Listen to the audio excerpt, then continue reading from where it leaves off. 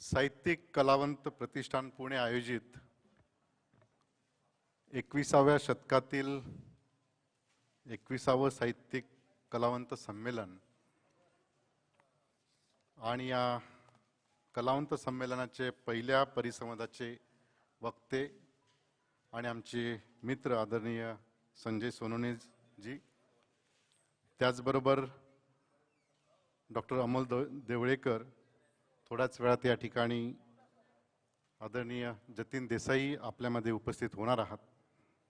खरं म्हणजे साहित्य संमेलन म्हणजे काव्य, कविता, कादंबऱ्या, साहित्याचा विकास आणि त्याचा पुढे वारसा, विकास आणि पुढचा प्रवास याविषयी आपण चर्चा करतो।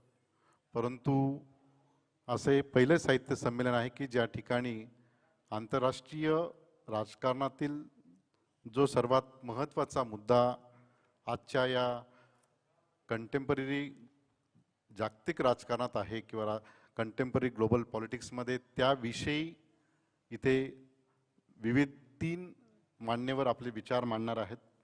खरं म्हणजे या कार्यक्रमासाठी सकाळचे संपादक आदरणीय श्रीराम पवार सर उपस्थित होणार होते।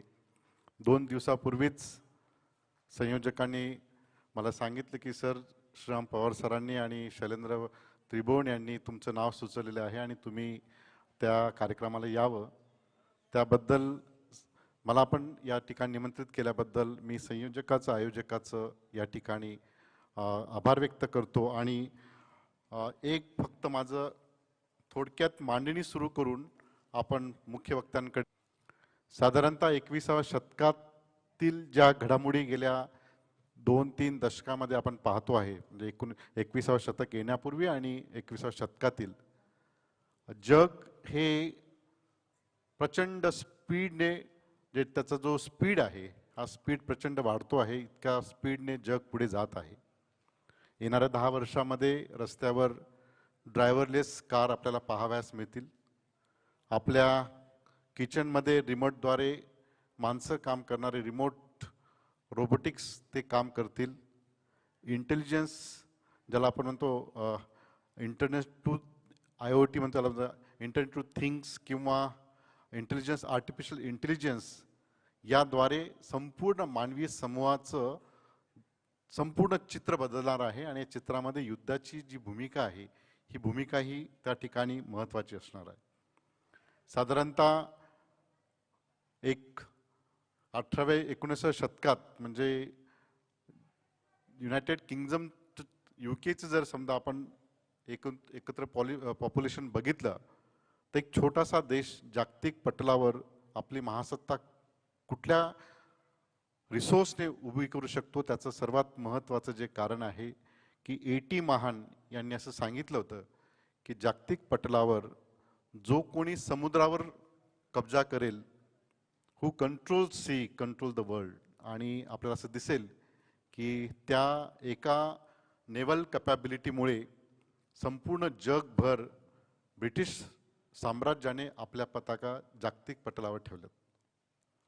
पुढे पहिले महायुद्ध होण्यापूर्वी आमच्या जिओपॉलिटिक्समध्ये जी मॅकेंडर्स हार्टलँड थिअरी ज्याला म्हणतो आपण, मॅकेंडर्सने असं म्हटलं की जो कोणी जगात, तुम्ही आज जर जगाचा मॅप बघितला तर जगाच्या मॅपमध्ये युरोशिया जो पार्ट आहे, हा पार्ट ऑफ तत्कालीन सोव्हिएत संघ आणि रशियाचा, आणि हा पार्ट आशियाचा, तो जो कोणी त्या मर्मभूमीवर कंट्रोल करेल, तो देश जागतिक पटलावर आपलं वर्चस्व प्रस्थापित करेल, ज्याला आपण हार्टलँड थिअरी म्हणतो, ज्याच्यामध्ये हू कंट्रोल्स हार्टलँड कंट्रोल द वर्ल्ड।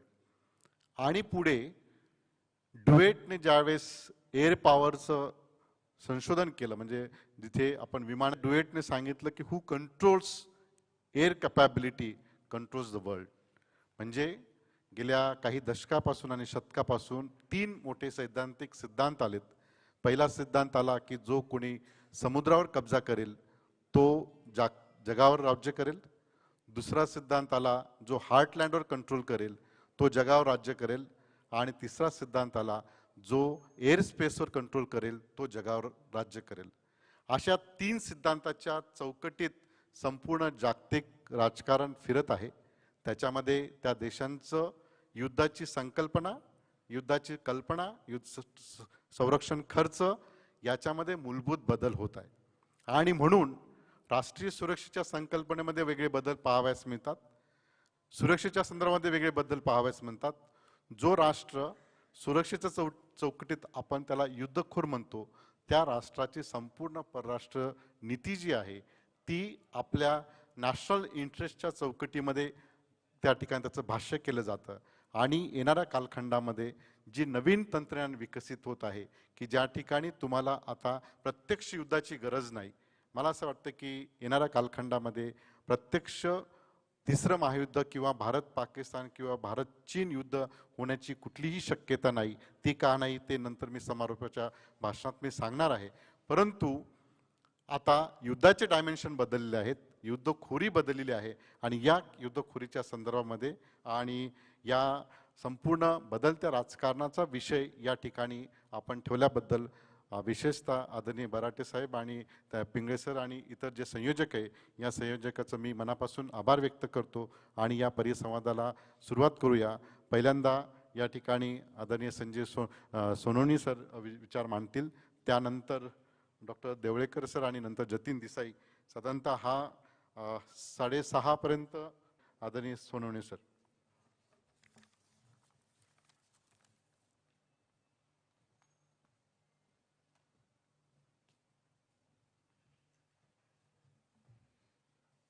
धन्यवाद खरे सर.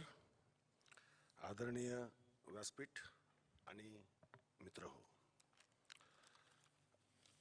आज ख्रिसमस आहे.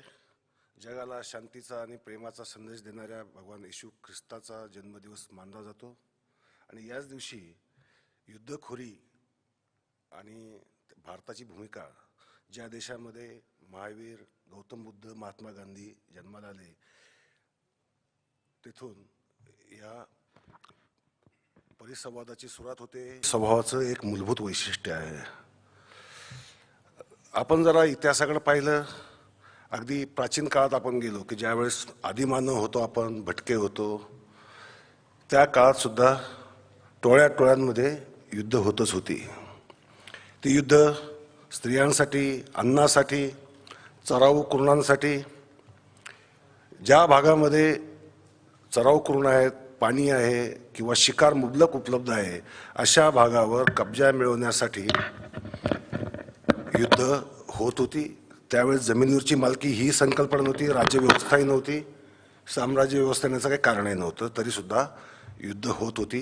म्हणजे आपल्याला असं लक्षात येईल की आपल्या जेनेटिक्समध्येच कुठेतरी युद्धखोरी आहे की काय असा प्रश्न निर्माण व्हावा असं आपल्याला वाटू शकतं. अनेकदा असं म्हटलं जातं की भारताने जगावर आक्रमणं केली नाहीत. भारतावर आक्रमणं भरपूर झाली, भारताने केली नाहीत असं म्हटलं जातं, पण ते धादांत खोटं आहे. भारताने सुद्धा प्राचीन काळापासून काळ पाहिला तर सिंधू संस्कृतीच्या लोकांनी आक्रमण करूनच ऑक्सस नदीच्या काठी शोतुरगाई या ठिकाणी आपल्या वसाहती स्थापन केल्या होत्या. इथे गुडिया नावाच्या ठिकाणी सिंधू संस्कृतीच्या लोकांनी तिथेही वसाहती स्थापन केल्या होत्या. नुसत्या वसाहती स्थापन केल्या नाहीत तर पुरावे असे आहेत की त्यांनी तिथल्या राजांशी युद्धसुद्धा केलेली आहेत. हा आपण नंतर आपला रोमन काळ माहिती आहे, ग्रीक काळ माहिती आहे, मौर्य काळ माहिती आहे, भारतातला गुप्त काळ आपल्याला माहिती आहे. त्यानंतर दक्षिणेतल्या सत्तांनी जावा असेल, सुमात्रा हा इतिहास आहे. त्यामुळे भारत आपल्या चतुःसीमांच्या बाहेर गेला नाही आणि आक्रमण केलं नाही असं जे सांगण्याचा प्रयत्न होतो ते काही तेवढंसं खरं नाही आहे. दुसरी गोष्ट अशी की ही जी युद्धखोरी आहे याची अनेक कारणं करणं, अशी काही कारणं या विस्तारासाठी दिली जातात. धनसंपत्ती गोळा करणं ही कारणं दिली जातात. तर यातला नेमका मुद्दा काय आहे? तर आपण जर प्राचीन काळ पाहिलं तर आपल्या लक्षात येईल की जगण्यासाठीचा संघर्ष सोपा व्हावा, आपल्याला मुबलक कुरणा म्हणा किंवा शिकार म्हणा उपलब्ध व्हावी यासाठी प्राचीन काळची युद्ध सुरू झाल्याचं आपल्याला दिसतं. आणि नंतरच्या काळात सुद्धा त्याच्यामध्ये काही फारसा फरक पडलेला दिसत नाही. बऱ्याचशा जगातल्या 90% युद्धांच्या मागं आर्थिक कारण हे सर्वात महत्त्वाचं होतं. आपण प्लेटोचा काळ पाहिला तर प्लेटोने सुद्धा लिहून ठेवले की जी युद्ध ग्रीक किंवा कर वसूल करण्यासाठी जास्तीत जास्त मुबलक भूमी उपलब्ध राहणं यासाठी ही युद्ध होत होती. धर्मप्रचार हे त्याच्या मागचं कारण नव्हतं, कारण त्यांना धर्मच नव्हता. त्यावेळेस धर्माची स्थापना कोणती ग्रीकांमध्ये झालेलीच नव्हती, तरी युद्ध ही होत होती. करण्यासाठी त्यांनी आपली सत्ता विस्तारत गेले. त्यांनी त्यातनं प्रचंड प्रमाणात धन गोळा करण्याचा प्रयत्न केला. सिंधू संस्कृतीच्या लोकांनी जगभर जो काही व्यापार वाढवला, अर्थातच त्याच्या मागं आर्थिकच कारणं होती. आपली संपत्ती वाढवणं, आपलं संपत्ती आणि सत्ता ह्या हातात हात घालून चालणाऱ्या गोष्टी असल्यामुळे प्रत्येक सत्तेला आपल्या सेना पोचण्यासाठी पैसा लागत होता. आणि त्याच वेळेस तो पैसा जमा करण्यासाठी अधिकाधिक जमीन किंवा अधिकाधिक जनसंख्येवर राज्य करण्याची त्यांची इच्छा असायची. आपण जरा नंतरच्या काळात जरी आलो आपण तर आपल्या लक्षात येईल की हे जे व्यापारी मार्ग होते चीनपासून ते इजिप्तपर्यंत जाणारे व्यापारी मार्ग, तो सिल्क रूट नाही, मूळचं नाव त्याचं सिल्क रूट नव्हतं. एका व्यापाऱ्याने एका इतिहासकाराने ते एक नाव दिलं आणि तीच टर्मिनॉलॉजी आपल्याकडे आता पॉप्युलर झालेली आहे. परंतु जगभर एकमेकांना जोडणारे जे व्यापारी मार्ग होते त्या व्यापारी मार्गांवर कब्जा मिळवण्यासाठी, ताबा मिळवण्यासाठी आपल्याला युद्ध झाल्याचं दिसतं. आणि ते युद्ध फक्त युरोशिया कंप्लीट अखंड जर गृहीत धरला आपण, युरोप ते चीनपर्यंतचा जो अखंड आशिया पसरलेला आहे, या सर्व भागांमध्ये ह्या युद्धांचं फार मोठ्या प्रमाणावर आपल्याला इतिहासामध्ये रक्तरंजित युद्धांचे उदाहरणं आपल्याला मिळतात. भारत हिमालयातून मध्य आशियाला जोडणारे जे हिमालयातून जाणारे जे व्यापारी मार्ग होते, म्हणजे गिलगिट बाल्टिस्तानमधून असेल, लद्दाखमधनं असतील, काश्मीरमधनं असतील, या मार्गांच्या स्वामित्वासाठी एवढी युद्ध झालेली आहेत की त्याने आपली इतिहासाची खरं म्हणजे पानं भरलेली. फक्त तो इतिहास आपल्याकडं सांगितला जात नाही. सुदैवाने हे संशोधन करायची मला संधी मिळाली. भांडारकर इन्स्टिट्यूटसाठीच मी ते संशोधन केलं ना. मध्य आशियापासून ते भारताला कमीत कमी इसवी सन पूर्व 5000 वर्षापासून आपल्याला दिसतात. आणि युद्धांची सुद्धा आपल्याला रुजुवात झाल्याचं तेव्हापासून दिसतं. आणि अनेक जी उत्खननं झालेली आहेत, लद्दाखमध्ये असतील, तिबेटमध्ये असतील किंवा गिलगिट बाल्टिस्तानमध्ये असतील, हुंजा पर्वताच्या आसपास, त्या युद्धाची चिन्ह आपल्याला मिळतात. तिथून धर्मांची स्थलांतरं झाली, तिथून साहित्य या संस्कृतींचं वहन होत असतं आणि ते वहन झालेलं आहे. हा झाला युद्धांचा किंवा युद्धांसाठी झालेल्या आक्रमणांचा एक दुय्यम का होईना आपण तो कायम टिकणारा पडलेला प्रभाव. परंतु हिंसाचार जो झाला तो त्या त्या काळात झालेला आहे आणि तो विस्मरणात जाऊन पुन्हा नवीन नवीन हिंसाचार होत राहिलेले आहे.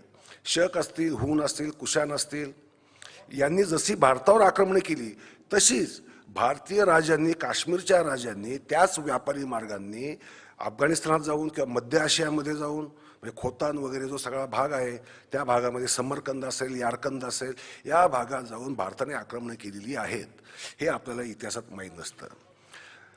तीच गोष्ट आपण अजून थोडंसं पुढे येऊ. 8व्या शतकामध्ये भारतावर कासिमचं जे आक्रमण झालं, अनेकदा त्या आक्रमणाबद्दल इस्लाम त्या आक्रमणामुळे आला असं सर्वसाधारणतः मानलं जातं आणि त्या आक्रमणाकडं अत्यंत वेगळ्या नजरेने पाहिलं जातं. वस्तुस्थिती अशी आहे की समुद्री चाचे जे होते त्याला अनेक काळामध्ये दाहीर जो होता त्याच्या आधिपत्याखाली देवल बंदरावरचे जे काही व्यापारी जहाजं अरबस्थानापासून, श्रीलंकेपासून किंवा जावा सुमात्रापासून यायची, त्या जहाजांना लुटलं जायचं. आणि व्यापारी मार्गावर हा जो खैबर खिंडीतनं आणि बोलन खिंडीतनं जाणारा जो महत्त्वाचा व्यापार मार्ग आहे, त्या मार्गाने जशी आपल्यावर आक्रमण झाली, पण व्यापार मात्र फार प्राचीन आहे त्या मार्गांवर न होणारा. त्या मार्गांवर कब्जा करण्यासाठी या मोहम्मद बिन कासिमचं आक्रमण झालं. त्यांनी ते बंदरसुद्धा ताब्यात घ्यायचं धोरण होतं, कारण समुद्री मार्गाने तिथनं देवल बंदरावरनं व्यापार चालत होता. आणि हे पहिलं आक्रमण अरबांचं जे आपल्यावर जे झालं ते झालं आर्थिक सत्ता कायम करण्यासाठी, त्या व्यापारी मार्गांवर ताबा घेण्यासाठी. कारण त्या काळामध्ये समज असा होता की होतील त्याच जगावर राज्य करू शकतील, त्याच आपली अर्थसत्ताही सांभाळू शकतील आणि आपली भरभराट करून घेऊ शकतील, कारण व्यापारातनं येणारी त्या काळातली समृद्धी फार मोठी आहे. भारताने जे अफगाणिस्तानमधले लापिस लाजुली म्हणजे नीलमणी आपण ज्याला म्हणतो, त्याच्या खनिजं जी आहे त्याची खनिजं सगळी अफगाणिस्तानमध्ये. त्यामुळं त्या खनिज संपत्तीवर ताबा मिळवण्यासाठी भारताचं पहिलं आक्रमण जे सिंधू काळामध्ये झालं ते त्या काळात झालं. आणि तिथे वसाहत स्थापन केली गेली शुर्तुगाई इथे, ती केवळ आणि केवळ त्या खाणींवर कब्जा मिळवण्यासाठी, दुसरं त्याला काही कारण नव्हतं. इकडे सुमेरमध्ये, दक्षिण सुमेरमध्ये वसाहती वसवल्या गेल्या. त्याचंही कारण व्यापारावर नियंत्रण ठेवणं आणि त्याच्यावर आपला कब्जा मिळवणं हा हेतू होता. 8व्या शतकातली दुसरी महत्त्वाची घटना अशी, ह्या कासिमचं आक्रमण झाल्याच्या नंतर ललितादित्य नावाचा काश्मीरचा जो सम्राट झाला, त्याला आपण महान म्हणतो, त्या सम्राटाने ह्या धाईरचं आक्रमण परतवून लावलं, पूर्णतः परतवून लावलं. आणि त्याचा पाठलाग करत करत पहिल्यांदा तो काबुलिस्तान, झाबुलिस्तान आणि नंतर मग बॅक्ट्रिया, म्हणजे तेव्हा अफगाणिस्तान हा काही देश नव्हता. व्यापारी मार्गांवर स्वामित्व मिळवलं आणि नुसतं तिथे स्वामित्व मिळून थांबला नाही, येताना गिलगिट बाल्टिस्तान मार्गाने येणारे जे व्यापारी मार्ग होते ते मार्गही ताब्यात घेतले आणि गिलगिट बाल्टिस्तान काश्मीरला जोडलं. आणि लडाख पहिल्यांदा भारताला जोडला गेला, कारण लडाखमधनं जाणारे मध्य आशियातले जे दुसरे मार्ग होते त्यावरही त्याला कब्जा करायचा होता. त्यामुळे त्याने लडाखवरही स्वारी केली, तिबेटला हरवलं आणि लडाख भारताला जोडला. म्हणजे ललितादित्यच्या सुद्धा आक्रमणाची कारणं ही व्यापारी सत्ता ताब्यात घेण्याची होती. आणि त्याचा फायदा ललितादित्याला झाला की काश्मीर मार्तंड टेम्पल जे आज जगप्रसिद्ध आहे, आपण वास्तू मानतो, ते वसवलं ललितादित्याने. हा सगळं धनसंपत्तीचा त्याला वापर करता आला, कारण ही सगळा पैसा त्याला या व्यापारी मार्गांमुळे मिळाला. आणि गिलगिट बाल्टिस्तान आणि लडाख भारताला तेव्हा जोडला गेला. गिलगिट बाल्टिस्तान जोडला गेला, लडाख जोडला गेला. पण ललितादित्य गेल्याच्या नंतर ललितादित्याने अखेरच्या काळामध्ये चीनवरही आक्रमण केलं. मध्य आशियातनं तक्लमान डेझर्टमधनं जात त्याने चीनवर आक्रमण केलं होतं. भारताचा चीनवर आक्रमण करणारा हा पहिला सम्राट. फक्त दुर्दैव असा आहे की तो त्या युद्धात परत आलाच नाही. त्यामुळे त्या युद्धात नंतर नेमकं काय झालं याच्या नोंदी आपल्याला भारतीय साहित्यात मिळत नाहीत आणि चीनी साहित्यात मिळत नाहीत, कारण पराभवाच्या नोंदी शक्यतो कोणती सत्ता ठेवत नाही. आपल्याला विजयाच्याच गोष्टी सांगितल्या जातात. भगवद्गीता जी आपली फार सर्वांना आपल्या पूज्य आहे, जगातलं सगळं तत्वज्ञान त्यात संग्रहित आहे. परंतु भगवद्गीतेचा अंतिम संदेश असाच आहे, मामनुस्मर युद्धच, माझं स्मरण कर आणि युद्ध कर. हा भगवद्गीतेचा सुरुवात गलितगात्र युद्धाला तयार नसलेला अर्जुन आणि त्याला युद्धासाठी तयार करणं, हा प्रवास जो आहे हा प्रवास शेवटी युद्ध न करण्याकडे, युद्ध करण्याकडे असाच जातो. म्हणजे कुठेतरी युद्ध जी होतात ही मानवी प्रवृत्तीचा हा एक जो भाग बनलेला आहे. मग ते वैचारिक युद्ध असेल, ते आर्थिक युद्ध असेल, ते राजकीय युद्ध असेल, ते विचारधारांमधलं युद्ध असेल, अनेक स्तरांवर आपण तसे युद्धरतच असतो. स्वतःचे सुद्धा युद्ध चालू असतं. तुकाराम महाराजही म्हणतात, आपलाचं वाद आपल्याशी, म्हणजे आपणच आपल्याशी संघर्ष करत असतो. किंबहुना संघर्ष. आता हे गिलगिट बाल्टिस्तान आपल्या हातातनं, भारताच्या हातातनं गेलं किंवा काश्मीरच्या हातातनं गेलं, लडाखही गेला, तिबेटच्या ताब्यात गेला. तुम्हाला आश्चर्य वाटेल, 8व्या शतकामध्ये तिबेट ही महासत्ता होती, चीन नव्हता. चीन दुबळा होता. चीनला तिबेटने अनेकदा हरवलेलं आहे, अनेकदा पराभव केलेला आहे चीनचा. इतका की शेवटी चीनच्या राजाला आपली मुलगी तिबेटच्या राजाला तहा खातर द्यावी लागली होती. आणि त्या राजकन्येने तिथं पळ काढून काश्मीरच्या राजाकडे आश्रय घेतला होता. हा इतिहास आहे. हा इतिहास चीनी साहित्यात जपून आहे, तिबेटी साहित्यात जपून आहे, राजतरंगिणीमध्ये पण कल्याणाच्या जपून आहे. म्हणजे आंतरराष्ट्रीय त्यावेळेचे संबंध सुद्धा हे व्यापारी मार्गावर स्वामित्व कोणाचं आहे कोणाचं नाही याच्यावर अवलंबून होते. गिलगिट बाल्टिस्तान म्हणजे छोटा बोलूर आणि मोठा बोलूर त्याला त्या काळात म्हणायचे, ते स्वामित्व असले तसे छोटे देश. गिलगिट बाल्टिस्तान काय मोठा प्रदेश नाही आहे, परंतु तरी सुद्धा केवळ मोक्याच्या जागेवर असल्यामुळे, व्यापारी मार्गावरची मुख्य ठाणी तिथे असल्यामुळे त्यांचं अपरंपार महत्त्व जागतिक स्तरावर होतं. कारण आणि त्याच्यावर नियंत्रण तिथल्या शाही सत्तांचं होतं, त्यांनी ते गाजवलं. एकदम 20व्या शतकात, आपण चीनबद्दल बोलतोय म्हणून येऊयात. 20व्या शतकात भारत चीन युद्ध सगळ्यांनाच माहिती आहे आपला पराभव झाला, हे झाला, त्याची कारण मीमांसा चर्चा वगैरे वगैरे भरपूर होत असते, आपल्याला त्यात जायचं नाही आहे. पण त्याचं कारण काय झालं? तुम्हाला आश्चर्य वाटेल की गिलगिट बाल्टिस्तान आणि लडाख हा भारताला पुन्हा जोडून घेतला गुलाब सिंगच्या आधिपत्याखाली जोरावर सिंग नावाच्या त्याच्या सेनापतीने 1836 साली युद्ध करून हे भाग जोडून घेतले. कारण का? काश्मीरचा जो व्यापार होता, आंतरराष्ट्रीय व्यापार होता, तिथल्या शालींचा आणि तिथले जे स्थानिक सत्ता होत्या त्यात अडचणी बनलेल्या होत्या. तो मार्ग ताब्यात आणण्यासाठी जोरावर सिंगने गिलगिट बाल्टिस्तान आधी ताब्यात घेतलं, नंतर त्याने तिबेटशी लढून लडाख ताब्यात घेतला. जोजिला खिंड जी आहे, जोजिला खिंड ही प्राचीन व्यापारी मार्गावरची ती खिंड आहे, ती ताब्यात घेतली. तो जो व्यापार चालू होता, लेहपासून यारकंद आणि खोतानला जाणारे टोटल 4 मार्ग होते. गिलगिट बाल्टिस्तानमधून एक ते 2 मार्ग आणि 4 मार्ग हे लडाखमधनं. यारकंदला जाणारे त्यातही हिवाळी मार्ग वेगळा होता, उन्हाळी मार्ग वेगळा होता आणि दुसरे सगळे अक्साई चीन, चामतांग या भागातनं जाणारे मार्ग होते. ज्यावेळेस चीनने तुर्कमेनिस्तान म्हणजे मध्य आशियातला तुर्कमेनिस्तान त्यांनी त्याला जिंकलं, त्याला झिंजियांग नाव दिलं आणि आपली व्यापारी ठाणी तिथं बसवली. आधी पूर्वीपासूनच समरकंद, यारकंद आणि खोतान हे व्यापारी मार्गावरचेच व्यापारी शहरं म्हणून प्रस्थापित झालेली होती आणि ते हिवाळी वाळवंट आहे तो त्यांनी ताब्यात घेतला, केवळ व्यापारी मार्गांवर आपलं स्वामित्व पाहिजे म्हणून. आणि मग त्यांनी जे जुने व्यापारी मार्ग होते, ओबोरची सुरुवात ही तेव्हापासूनची आहे. चीनने जी सुरुवात केली, पहिला व्यापारी मार्गाचं पुनर्जीवन केलं, तो यारकंद, त्याच्यावर रस्ता बांधायला आधुनिक पद्धतीने मोटारेबल रोड बांधायला सुरुवात केली आणि त्यातला 150 किलोमीटर भाग हा अक्साई चीनमधनं जात होता. म्हणजे भारत चीन संघर्षाची सुरुवात खरं म्हणजे व्यापारी मार्गाच्या पुनर्जीवनातनं झाल्याचं आपल्याला दिसतं. जोरावर सिंगने खरं म्हणजे काश्मीरची सत्ता शाहिदुल्लापर्यंत विस्तारली होती. शाहिदुल्ला हे खोतांच्या जवळचं शहर, तेही व्यापारी मार्गावरचं एक दुठा असतो ना, म्हणजे एक 2 दिशांना 2 जाणारे मार्ग जिथे असतात तो दुठा म्हणतो आपण त्याला. त्यामुळे तो व्यापाऱ्यांचा थांबा होता, केंद्र होतं. जसं आपला खंडाळा म्हणतो आपण, खंडाळा आपल्या मागे याही घाटामध्ये खंडाळा आहे, इकडे खंडाळा आहे.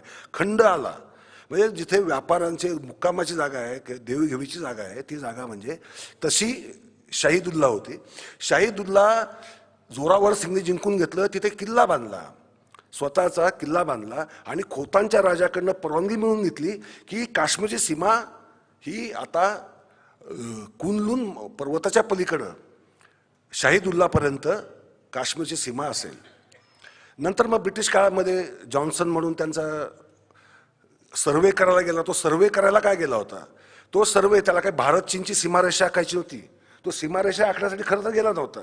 तो गेला होता चांगतांग भागातनं मोटारेबल रोड भारत टू मध्य आशियाला जोडणारा बनवता येईल काय याची पाहणी करण्यासाठी गेला होता. त्याचा जो सर्वे आहे, त्याचं प्रवास वर्णन जे आहे, त्या अंगावर काटा आणणारे एका कोणत्याही साहस कथेपेक्षा ते कमी नाही. कारण तो अत्यंत अवघड अक्साई चीनमधनं जाणारा तो मार्ग आहे. आणि अक्साई चीन हा शब्द सुद्धा कसा आला? त्यात चीन शब्द असल्यामुळे आपल्याला घोटाळा होता आपला, जरा बऱ्याचदा असं वाटतं की तो चीनचाच भाग होता काय. पण अक्साई चीन हा उघूर यारकंदी भाषेतला शब्द आहे आणि त्याचा अर्थ असा पांढरं वाळवंट. सोडियम कार्बोनेटचं प्रमाण, कारण समुद्र उचलून हा हिमालय बनलेला आहे, सोडियम कार्बोनेटचं प्रचंड प्रमाण त्या जमिनीत असल्यामुळे ती जमीन अक्षरशः पांढरी शुभ्र झाली आहे. तिथलं प्यायची जी पाण्याची तळी आहेत भरपूर आहेत, छोटी छोटी छोटी छोटी, परंतु ते पाणी पिण्यालायक सुद्धा नाही. सोडियम कार्बोनेट असल्यामुळे तिथं काही उगवू पण शकत नाही, त्यामुळे लोकवस्ती पण त्या भागात आजही नाही. त्या भागातनं चीनने हा रस्ता बनवायला सुरुवात केली आणि मग त्या जॉन्सनने जी लाईन आखली होती, कारण जॉन्सनने सुद्धा हे मान्य केलं होतं की भारताची सीमा कुठपर्यंत आहे? शाहिदुल्लापर्यंत आहे. परंतु चीनने मग व्यापारी रस्त्याचं पुनरुज्जीवन करण्यासाठी भारताची मालकी अमान्य केली, जॉन्सन लाईन अमान्य केली, मॅकमोहन लेशाई इकडची अरुणाचल प्रदेशची ती अमान्य केली आणि आपला संघर्ष सुरू झाला. जोपर्यंत भारताने, आणि भारताचा आंतरराष्ट्रीय व्यापारही थांबला. लक्षात घ्या, भारताचं मोठं नुकसान कोणतं झालं? भूभाग ताब्यातनं गेला हे तर नुकसान झालंच झालं, पण सर्वात मोठं नुकसान हे झालं की त्या मार्गाने जो मध्य आशियाशी आपला व्यापार सुरू होता प्राचीन काळापासून, तो व्यापार सुद्धा आपला थांबला. नथुला खिंडीतनं आपला व्यापार होत होता. 1961च्या युद्धात, 62च्या युद्धानंतर ती ताब्यातनं गेली. नंतर 40 वर्षाने भारताने नथुला खिंड पुन्हा जिंकून घेतली. तेव्हा कोठे नथुला खिंडीतनं आंतरराष्ट्रीय व्यापार चालू झाला. तीच गोष्ट आपल्या पूर्वोत्तर राज्यातली. पूर्वोत्तर राज्यातनं युनान म्हणजे पुन्हा चीनला जोडणारे 4 मार्ग होते आणि थायलंडपर्यंत जाणारे, म्यानमार असेल, कंबोडिया, या मार्गाने जाणारे, म्हणजे चीनला सोडून जे ज्याला आपण दक्षिण पूर्व आशियातले जे राष्ट्र आहेत, व्हिएतनाम वगैरे, तिथपर्यंत जाणारा जो व्यापारी मार्ग होते त्याचं पुनरुज्जीवन करण्याचा प्रयत्न ब्रिटिशांनी केला. ब्रिटिशांनी स्टीलवेल मार्ग त्याला नाव दिलं होतं. त्यांनी त्याचं टोटल डिझाईनही केलं होतं, रस्ता कसा असावा, म्हणजे भारताचा किमान आता या मार्गाने व्यापार होऊ शकत नसेल तर इकडून तरी व्हावा. परंतु नंतर भारत स्वतंत्र झाला, त्या मार्गाचं काम थांबलं. नंतर पार नरसिंहराव जेव्हा प्राईम मिनिस्टर झाले, नरसिंहराव प्राईम मिनिस्टर झाल्यानंतर त्या स्टीलवेल मार्गाचं पुनरुज्जीवन करण्याचं त्यांनी मनावर घेतलं. पूर्वेकडं पाहावं असं त्यांनी एक घोषणा दिली होती. दुर्दैवाने आपल्याला तो काही मार्ग पूर्ण करता आला नाही. बाकीचे तर सोडूनच देऊ आपण, चीनला जाणं वगैरे मार्ग, ते जे दुसरे 4 होते त्याचं पुनर्जीवन तर झालंच नाही. परंतु कंबोडियापर्यंत जाणारे जे मार्ग होते तेही झालं नाही. त्याच्या मागे धोरण असं होतं की त्या राष्ट्रांशी आपला व्यापारी संबंध सुरू झाला तर चीनवर आपसूक दबाव येईल आणि लष्करीदृष्ट्या सुद्धा हालचाली करायला रस्त्यात जर बनले, मोटरेबल रोड बनले तर आपल्याला सोयीचं जाईल. ते काही झालं नाही, आपल्याला ते काही जमलं नाही. आता अधिक वेळ न घेता मी एकच सांगेल की आपण हा भारताचा जगाशी व्यापारी मार्गाने जोडलं गेलेलं संबंध पाहिला. त्याच्या मागे मुख्य कारण आर्थिक होतं, राजसत्ता वगैरे हे सगळी दुय्यम कारणं होती. सम्राट अशोक असेल, चंद्रगुप्त मौर्य असेल, त्यांनी अफगाणिस्तान आणि मध्य आशियावर राज्य केलेलं आहे. त्यांनी काहीतरी धर्मप्रसारासाठी ते तिथे गेलेले होते. त्याच्यावर बौद्ध धर्म गेला, हा त्याचा दुय्यम फायदा आहे. कारण सत्तेबरोबर राजसत्तेचे धर्म जो असतो त्याचा प्रभाव नकळतपणे समाजावर पडतो आणि त्याचा प्रचार प्रसार होऊ शकतो, त्याला उत्तेजन दिलं जातं, उत्तेजन मिळतं, हे सगळं झालं. परंतु मूळ ते व्यापारी मार्ग जे आहेत बॅक्टेरियातनं जाणारे, कारण बघा बामियांच्या मूर्ती ह्या बॅक्टेरियाच्याच भागात आहेत. कारण बॅक्टेरिया हे जागतिक व्यापारी मार्गावरचं सर्वात महत्त्वाचं केंद्र होतं. मग तिथून इजिप्त, युरोप, तर इकडे चीनपर्यंत, मंगोलियापर्यंत आणि इकडे उत्तरेला रशियापर्यंत हे सगळे व्यापारी मार्ग सगळे तिथून फुटत होते. त्यामुळे ते एक महत्त्वाचं व्यापारी केंद्र होतं. त्यामुळे बॅक्टेरियावर मालकी असणं हे सगळ्यांना महत्त्वाचं वाटायचं. त्यामुळं जी युद्ध झाली इतिहासामध्ये, मग ती समरकंदसाठी असतील, यारकंदसाठी असतील, खोतांसाठी असतील, बॅक्टेरियासाठी असतील, अफगाणिस्तानातल्या कंधार आणि काबूलसाठी सुद्धा असतील, ह्या सगळ्या व्यापारी शहरांवर नियंत्रण मिळवण्यासाठी, तसं पाहिलं तर अफगाणिस्तान हा हवामानदृष्ट्या प्रतिकूल भाग, तिथे काही फारसं पिकतही नाही, तरीसुद्धा एवढ्या वेळा आक्रमण का झालं? पर्शिया असेल, इराण असेल किंवा इकडनं शक, मंगोल सत्ता असतील, या सगळ्यांनी अफगाणिस्तानवर धाडी घातलेल्या दिसतात आणि अफगाणिस्तानचा वापर भारतावर आक्रमण करण्यासाठी केलेला दिसतो आपल्याला. त्याचं एकमेव आणि एकमेव कारण आर्थिक असल्याचं आपल्याला दिसतं. कारण नादिरशाह असेल, नादिरशाहने ज्या वेळेस अफगाणिस्तानवर स्वारी केल्यानंतर जेव्हा 3.5 लाख सैन्य उभारलं, त्याला प्रश्न असा पडल्याचे पगार कसे द्यायचे? सैन्य तेवढं उभारलंय, मग पगार देण्यासाठी पैसा पाहिजे म्हणून त्याने सिंध आणि इकडच्या भारतावर त्याने आक्रमण केलं, दिल्ली लुटली, आपल्याला तो इतिहास माहिती आहे. म्हणजे अर्थ हे जागतिक युद्धखोरी मागचं महत्त्वाचं कारण आहे. आपण वर्तमान काळ जर आलो तर आपण आता व्यापार युद्ध हा शब्द आपण वापरतो. आता सर जसं म्हणाले की आता हे काय तोफा बंदुकांनी किंवा अणुबॉम्बनी युद्ध होणार नाही आहेत, कारण आता ती करण्याची गरजच राहिलेली नाही आहे. कारण आता इतर साधनं, इतर मार्गांनी आक्रमण करण्याचे एवढे साधनं आज उपलब्ध आहेत की त्यासाठी, म्हणजे आता आर्टिफिशियल इंटेलिजन्स आपण घेऊ, किंवा इंटरनेट घेऊ, किंवा माध्यमं घेऊ आपण, माध्यमंसुद्धा आज आपल्यावर मानसिक हल्ला करण्यासाठी वापरली जातात हे आपण आजच पाहतो आहोत. ही आपली मनोभूमिका, आपली विचार करण्याची पद्धत बदलण्यासाठी आणि सरकारानुकूल करण्यासाठी माध्यमं वापरली जातात. ही माध्यम युद्ध जी आहेत, ही माध्यम युद्धसुद्धा ही युद्धाचं आधुनिक काळातलं एक बदललेलं रूप आहे असं मानलं जाईल. खरे सर जसं म्हणाले, समुद्रावरची सत्ता, नंतर हवेवरची सत्ता, नंतर समजा आशियावरची सत्ता. त्याच वेळेस एक लक्षात ठेवा, रिचर्ड निक्सनने काय म्हटलं होतं? रिचर्ड निक्सन म्हटलं होतं, ज्याची तेलावर सत्ता त्याची जगावर सत्ता. हे निक्सनचं प्रसिद्ध वाक्य आहे. त्यामुळे सद्दाम हुसेनने, ज्याला आपण दगदगू धोरण म्हणतो, शत्रूला मी आर्थिक फायदा मिळू देणार नाही म्हणून मीच तेल विहिरी जाळून टाकतो, ज्याला टोटल वॉर म्हटलं जातं. हे टोटल वॉरची भूमिका, दगदगू धोरण जे वापरले जातात ती म्हणजे ज्या कारणासाठी शत्रू आपलं आक्रमण करतो त्यामुळे त्याला संधीच द्यायची नाही. त्यामुळे असं म्हणतात की ज्यावेळेस रोमवर स्वारी झाली त्यावेळेस रोमच्या सम्राटाने शत्रूला इथे पीक सुद्धा घेता येऊ नये म्हणून मीठ, शेत जमिनींवर मीठ टाकून त्या जमिनी नापीक करण्यासाठी कार्थेजला हा असा प्रचंड मोठा प्रयत्न केलेला आहे. म्हणजे आर्थिक कारणासाठी तुम्ही आक्रमण करताय तर आम्ही आर्थिक कारणासाठी तुम्हाला थांबवू. आपण भारतात, मध्ययुगातल्या भारतात येऊ, 16व्या 17व्या 18व्या शतकातल्या, म्हणजे अगदी अलीकडच्या. मराठ्यांनी उत्तरेत स्वाऱ्या केल्या. त्याची कारणं राज्यविस्तार होती का? नाही. त्याची कारणं सर्वस्वी आर्थिक कारणं होती. उदाहरणार्थ आपण नानासाहेब पेशव्यांचं, दत्ताजी शिंदेचं आपण एक पत्र, एक मासलेवाईक म्हणून, तसं भरपूर आहेत पण एक उदाहरण देतो. नानासाहेब पेशवे लिहितात की तुम्ही आता बंगालची स्वारी करावी. बंगालची स्वारी करून अयोध्येच्या नवाबाला आपल्या बाजूला वळवावं आणि तिकडून काही पैका मिळेल का हे पाहावं, कारण दौलतीला कर्ज झालेलं आहे, कर्जाची चिंता दत्तमाला असेलच, अशा स्वरूपाचं ते नानासाहेब पेशव्यांचं पत्र आहे. म्हणजे बंगालपर्यंत आम्हाला सत्ता विस्ताराची नव्हती, आम्हाला बंगालवर स्वारी यासाठी करायची होती की आम्हाला पैशांची गरज होती. त्यामुळे आपण उत्तरेतली जी जी काही मराठेशाहीतली आपण आक्रमणं म्हणतो, ही आक्रमणं चौथाई वसुली किंवा खंडणी वसुली किंवा युद्ध खर्च भागवण्यासाठीची आक्रमणं, आटकेपार सुद्धा आपण म्हणतो झेंडा लावला, तो आपण काही भारताच्या सीमा वाढवण्यासाठी केलेलं नव्हतं.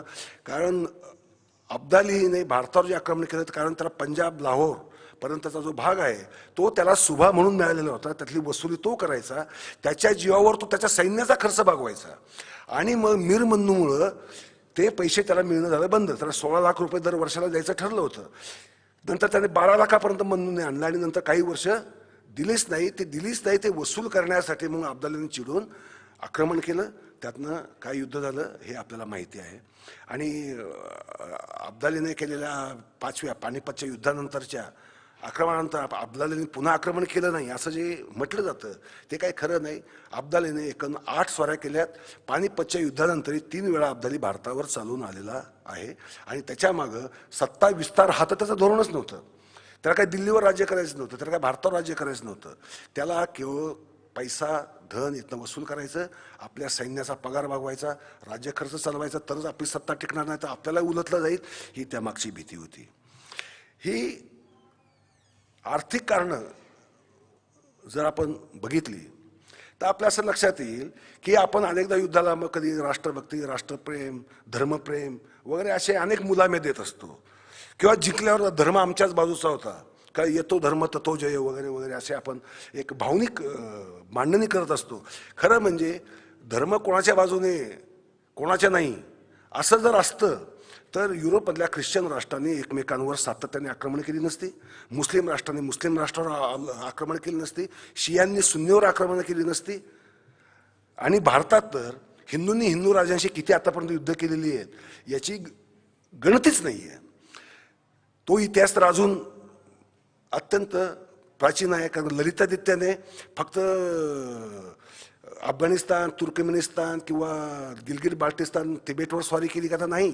त्याने यशोवर्मन असेल किंवा राष्ट्रकूट राज्य असतील किंवा बंगालचे राज्य असतील त्यांच्यावर स्वाऱ्या केल्या, त्यांना जिंकलेलं आहे आणि आपलं साम्राज्य पार अगदी गुजरातपर्यंत आणून त्यांनी ठेपवलंच होतं. त्यामुळे सत्ता आणि सत्ता ही अर्थसत्तेशिवाय टिकूच शकत नाही. त्यामुळे सत्ता आणि अर्थसत्ता हातात हात घालून चालल्यात. आज अमेरिका महासत्ता आहे, एकेकाळी रोम होतं, त्याच्या आधी ग्रीस होतं, नंतर रोम झालं, नंतर इंग्लंड झालं.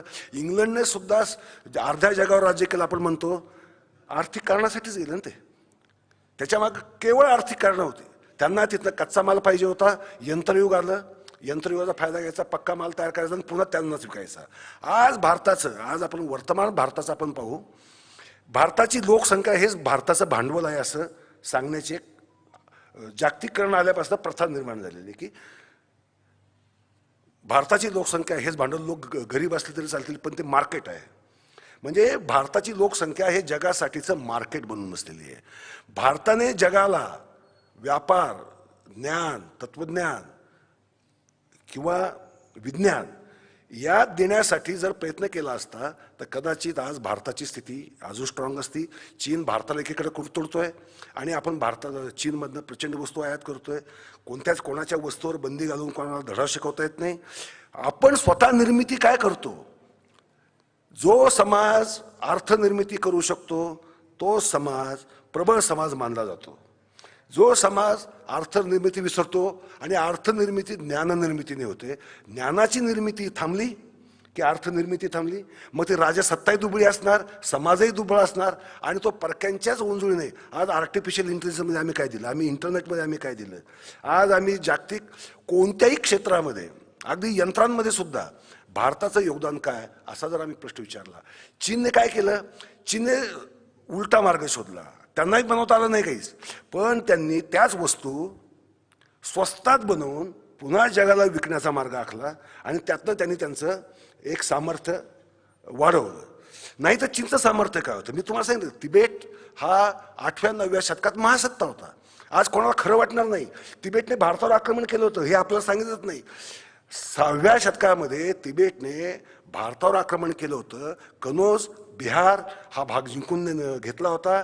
2000 भारतीय कैद करून त्यांना परत नेलं होतं. हे तिबेटचं भारतावरचं आक्रमण आपल्या इतिहासामध्ये तुम्हाला दिसणार नाही, सापडणार नाही. कारण आपल्याला काय होतंय, मी कधी कधी म्हणतो, मला वादग्रस्त शब्द वापरलाच आहे, तर वादग्रस्त असा की लोकांना तो वाद वाटतो की भारताला इतिहासच नाही. आमचा इतिहास हा समजुतींचा, दंतकथांचा, मिथकांचा. आणि ती मिथकं कोणती? आम्हाला आवडणारी मिथकं. आम्हाला जो इतिहास आमच्या आवडीचा वाटतो तोच आम्हाला आमचा वाटतो. बाकी सगळा खोटारडा, लबाड, ढोंगी असा आम्हाला वाटतो. मग तो ब्रिटिशांनी लिहिलेला इतिहास, वसाहतवादी इतिहास, महासंघाने लिहिलेला इतिहास, महाबहुजनवाद्याने लिहिलेला इतिहास, महाबामसेपने लिहिलेला इतिहास, महाब्रिगेडने लिहिलेला इतिहास, अशी आम्ही इतिहासाचीच वाटणी करून टाकतो. त्यात खरा इतिहास आमच्या हाती लागत नाही. मला असं वाटतं आम्ही भारतीयांनी इतिहासाकडं डोळसपणे पाहिलं पाहिजे, तरच आपल्या वर्तमानातल्या प्रश्नांची खरी उत्तर मिळू शकतील. खरं म्हणजे भारताने हे जे व्यापारी मार्ग होते आपले ते कधीच पुनरुज्जीवित करायला पाहिजे होते. गुलाब सिंगने, जोरावर सिंगने जो पराक्रम गाजवला, आता लक्षात घ्या एवढी मंडळी इथे बसलेली आहे, जोरावर सिंग नाव कोणाच्या कानावर नाही गेलेलं नसणार आहे. ज्या माणसाने लडाख भारताला जोडला तो आम्हाला माहीत नसतो, ललितादित्य आम्हाला माहीत नसतं. मग आम्हाला काय इतिहास माहिती आहे? भारताने जगावर आक्रमणे केलेली आहेत, ही पुरावे उपलब्ध आहेत त्याचे. सत्ता, कारण जावा, सुमात्रा हे सगळे भारतीय लोकांनी स्थापन केलेल्या वसाहती आहेत, परंतु ते आम्हाला माहीत नसतं. म्हणजे आम्ही इतिहासाकडे पाहायला शिकलो तर आजचं जे युद्धाचे स्वरूप बदलत राहणार आहे. आम्हाला सक्षम व्हावं लागणार आहे. आम्हाला कोणावर आक्रमण करायचं नाही आहे. आमच्या देशाच्या युद्ध मंत्रालय नाही, आमचं संरक्षण मंत्रालय आहे, डिफेन्स आहे आमचं, आक्रमण नाही. आम्हाला कोणावर आक्रमण करायचंच नाही आहे, परंतु आमच्यावर कुणी आक्रमण करण्याचं धाडस करू नये यासाठी आम्हाला फक्त सैन्य शक्ती वाढून उपयोग नाही, किंवा सीमेवर लढतायत ना म्हणून तुम्ही जगताय हे असे गर्विष्ठ वाक्य वापरायची गरज नाही. आम्हाला सर्वांनाच समर्थ बनवावं लागेल. ज्ञान, विज्ञान याच्यामध्ये प्रगती करावं लागेल, विचाराची पद्धत बदलावं लागेल. धन्यवाद.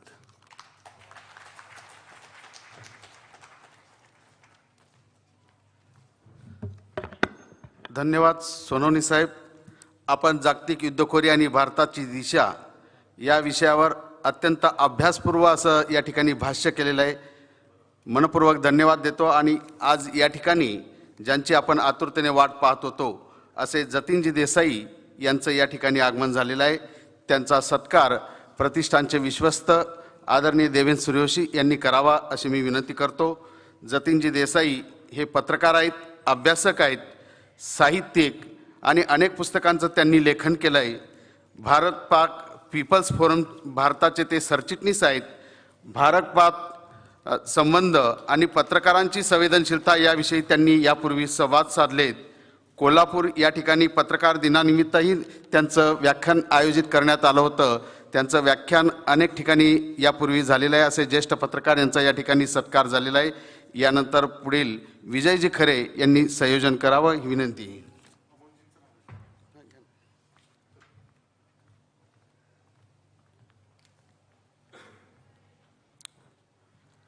आदरणीय दिलीप भाऊ बराटे यांच्या पुढाकाराने 21वे साहित्यिक कलावंत संमेलन या कोथरूड नगरीत संपन्न होत आहे.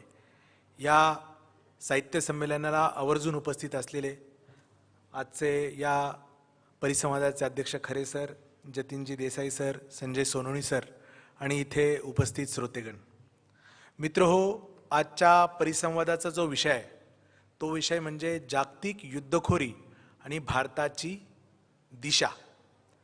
खरं तर पिंगळे सर, भारताची दिशा म्हणण्यापेक्षा भारताची दशा असं म्हटलं असतं तर जास्त संयुक्तिक ठरलं असतं. कारण जेव्हा जेव्हा जागतिक संदर्भ येतो आणि कुठल्याही संदर्भात, युद्धखोरी ही तर त्यातल्या त्यात खूप आगाऊवारी किचकट बाब आहे, तिथं भारताच्या ध्येय धोरणांचं जर आपण मागोवा घेतला आणि आज भारताचं जर स्थान बघितलं तर ते जगाला दिशा देणारं तर सोडाच सोडा, परंतु नेहमी भारत हा या सगळ्या युद्धखोरीचा गिऱ्हाईक बनून राहिलेला आहे. आणि याला गेल्या 3-4 हजार वर्षाचा इतिहास आहे आणि तो इतिहास संजय सोनवणीने अतिशय विस्तृत स्वरूपात आपल्यासमोर मांडला आहे. त्यामुळे युद्धखोरी आणि त्याचा इतिहास याच्यामध्ये बोलण्यासारखं आधीच एक इतिहास संशोधक बोलून गेल्यामुळे काही शिल्लक आहे मला असं वाटत नाही. आता याच्यामध्ये या जर विषयाचा तुम्ही कडे बघितलं तर 2 गोष्टी येतील. पहिली गोष्ट म्हणजे युद्धखोरी म्हणजे नेमकं काय आणि दुसरी गोष्ट म्हणजे भारताची दिशा. तर युद्धखोरी म्हणजे कुठल्याही माणसाच्या किंवा समाजाच्या व्यक्तिगत परिघामध्ये घुसखोरी करून त्याचं आर्थिक, सामाजिक, वैचारिक किंवा त्याच्या साधन संपत्तीचं शोषण करणे म्हणजे युद्धखोरी. आणि मग ही युद्धखोरी काळानुसार बदलत गेली आहे. म्हणजे आदिम काळापासून टोळीवाल्या जमातीपासून ही युद्धखोरी आहे. एका टोळीने दुसऱ्या टोळीवर आक्रमण करण्यापासून, रामायण महाभारताच्या काळापासून ते अगदी देशादेशांच्या युद्धखोरीपर्यंत, एकामेकांच्या युद्धखोरीपर्यंत या सगळ्यांचा समावेश या युद्धखोरीमध्ये होतो. आणि या युद्धखोरीचं मूळ कारण हे दुसऱ्याचं शोषण करणे हाच राहिलेला आहे. आणि मग जसं आत्ता खरे सरांनी सांगितलं की हवे मार्गाने असेल किंवा ज्याची पाण्यावर सत्ता असेल किंवा ज्याची युरोशेवर सत्ता असेल, या पद्धतीने वेगवेगळी साधन संपत्ती वापरून या युद्धखोरीने नेहमी शोषण केलंय. कारण शेवटी शोषणातून वरकड मूल्याची निर्मिती होते हा सिद्धांत मार्क्सचा तुम्हाला आम्हाला सगळ्यांना माहिती आहे. म्हणजे एक तर स्पष्ट झालं की ही सगळी जी युद्धखोरी आहे आत्तापर्यंतच्या इतिहासामधली, गेल्या 5-10 हजार वर्षाच्या इतिहासामधली, ती वरकड मूल्याच्या निर्मितीसाठी किंवा नफ्यासाठी आहे. आता नफ्यासाठी युद्धखोरी ही संकल्पना एकदा तुमच्या लक्षात आली की तुमच्या लक्षात येईल की आपण ज्या गोष्टीचा युद्धखोरी म्हणून विचार करतो ही खूप पारंपरिक आहे आणि त्याची जी मांडणी आहे ही कधीच कालबाह्य झाली आहे. कारण युद्ध म्हणजे आपल्याला काय वाटतं? युद्ध म्हणजे 2 राजांमधलं युद्ध वाटतं आपल्याला. आपल्याला संजय सोनवणे आत्ता सांगितलं की लालितादित्यचं युद्ध वाटतं किंवा अब्दालीने 8 वेळा केलेली स्वारी हे युद्ध वाटतं, सिकंदराचं युद्ध वाटतं, ब्रिटिशांनी आपल्यावर केलेलं शासन हे युद्ध वाटतं. परंतु याच्याही पलीकडे मोठ्या प्रमाणावरती शोषण हे 21व्या शतकात होत आहे आणि ते जागतिकीकरणात होत आहे. आणि ते शोषण हे आर्थिक शोषण आहे आणि आर्थिक शोषणाचे वेगवेगळे आयाम आहेत. आणि त्याच्यातला मुख्य आयाम आज जर तुम्हाला आम्हाला कुठल्या सगळ्यांना भोगावा लागत असेल तर तो वैद्यकीय आयाम आहे. आणि तो वैद्यकीय आयाम या युद्धखोरीमध्ये आपल्याला दुर्लक्षित करून चालणार नाही. कारण खऱ्या अर्थाने जर आज या जगाचं शोषण होत असेल तर ते ह्या सगळ्या जैविक अशा युद्धातून होत आहे. मी खूप जाणीवपूर्वक आणि गंभीरपूर्वक हा शब्द वापरतो की जे आज काही चालू आहे ते जैविक युद्ध आहे. मित्रो, आंतरराष्ट्रीय संरक्षण विषयक तज्ज्ञ आणि या विद्यापीठाचे, पुणे विद्यापीठाचे प्रमुख खरे सर आज इथे आहेत. ते संरक्षण विषयक जागतिक तज्ज्ञ आहेत. परंतु ते स्वतःचं संरक्षण कसं करतात? खिशात मास्क घालून फिरतात. स्वतःचं संरक्षण कसं करतात? वॅक्सिनचे 2 डोस घेतलेत. बरोबर ना सर? आता स्पुटनिक घेतला असेल तर पैसा कोणाला गेला? रशियाला गेला. रशियाचं स्पुटनिक कोणी लॉन्च केलंय? चायनाने लॉन्च केलंय थ्रू रशिया. किंवा कोविशिल्ड घेतला असेल तर झाला असेल तयार कदाचित ते पुनावालाकडे, परंतु त्याचा बौद्धिक अधिकार कोणाकडे आहे? ऑक्सफर्डकडे, इंग्लंडकडे. बरोबर आहे ना सर? आता यातल्या मला असं वाटतं किमान 30 ते 50% लोकांना कोविड होऊन गेला असेल. त्याच्यातल्या 90% लोकांनी रेमडेसिवीर घेतलं असेल. घेतलं की नाही घेतलं? घेतलं. रेमडेसिवीर कोणाचं आहे? जिलाद लाईफ सायन्सेस आहे. जिलाद लाईफ सायन्सेस ही कुठली कंपनी आहे? अमेरिकेची कंपनी आहे. बरं, जिलाद लाईफ सायन्सेस ही जी कंपनी आहे, या कंपनीचा मालक कोण आहे? Donald Rumsfeld. डोनाल्ड रम्सफेल्ड कोण आहे? हा अमेरिकेचा माजी संरक्षण मंत्री आहे. म्हणजे अमेरिकेच्या माजी संरक्षण मंत्र्याचं मुख्य काम काय?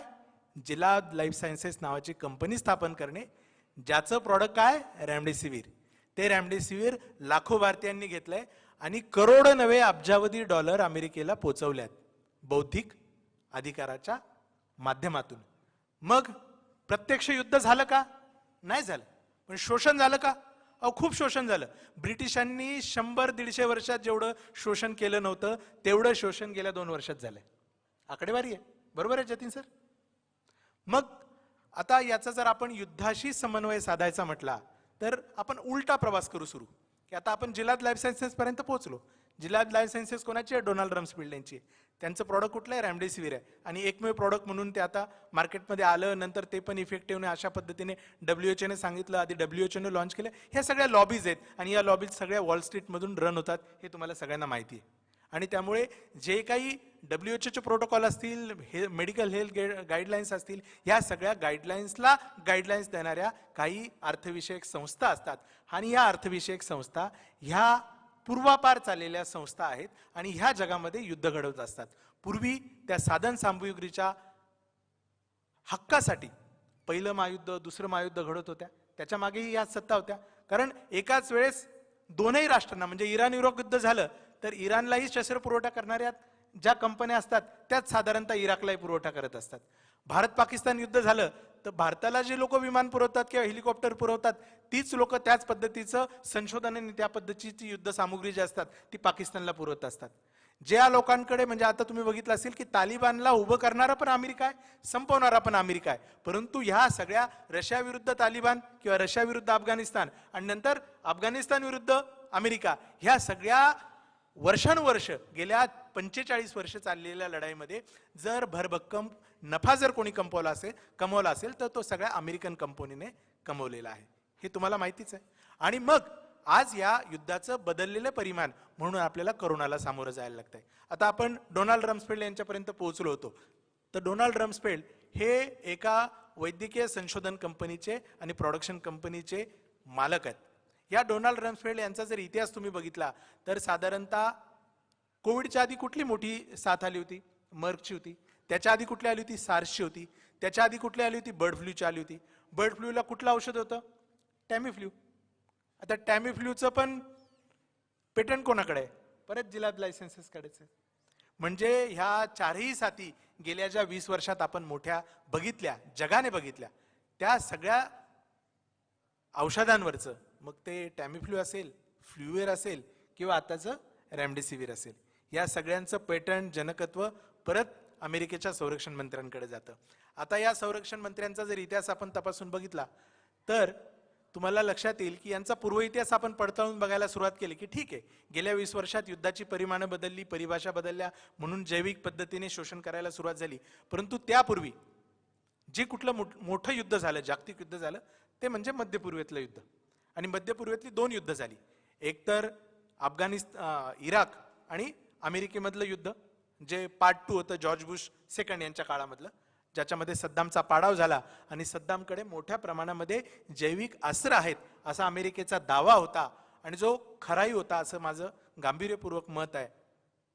ते युद्ध आणि त्याच्या आधीचं युद्ध झालं ते म्हणजे अमेरिका आणि इराकच्या पहिलं युद्ध, ज्याच्यामध्ये इराकने कुवेतवरती आक्रमण केलं होतं.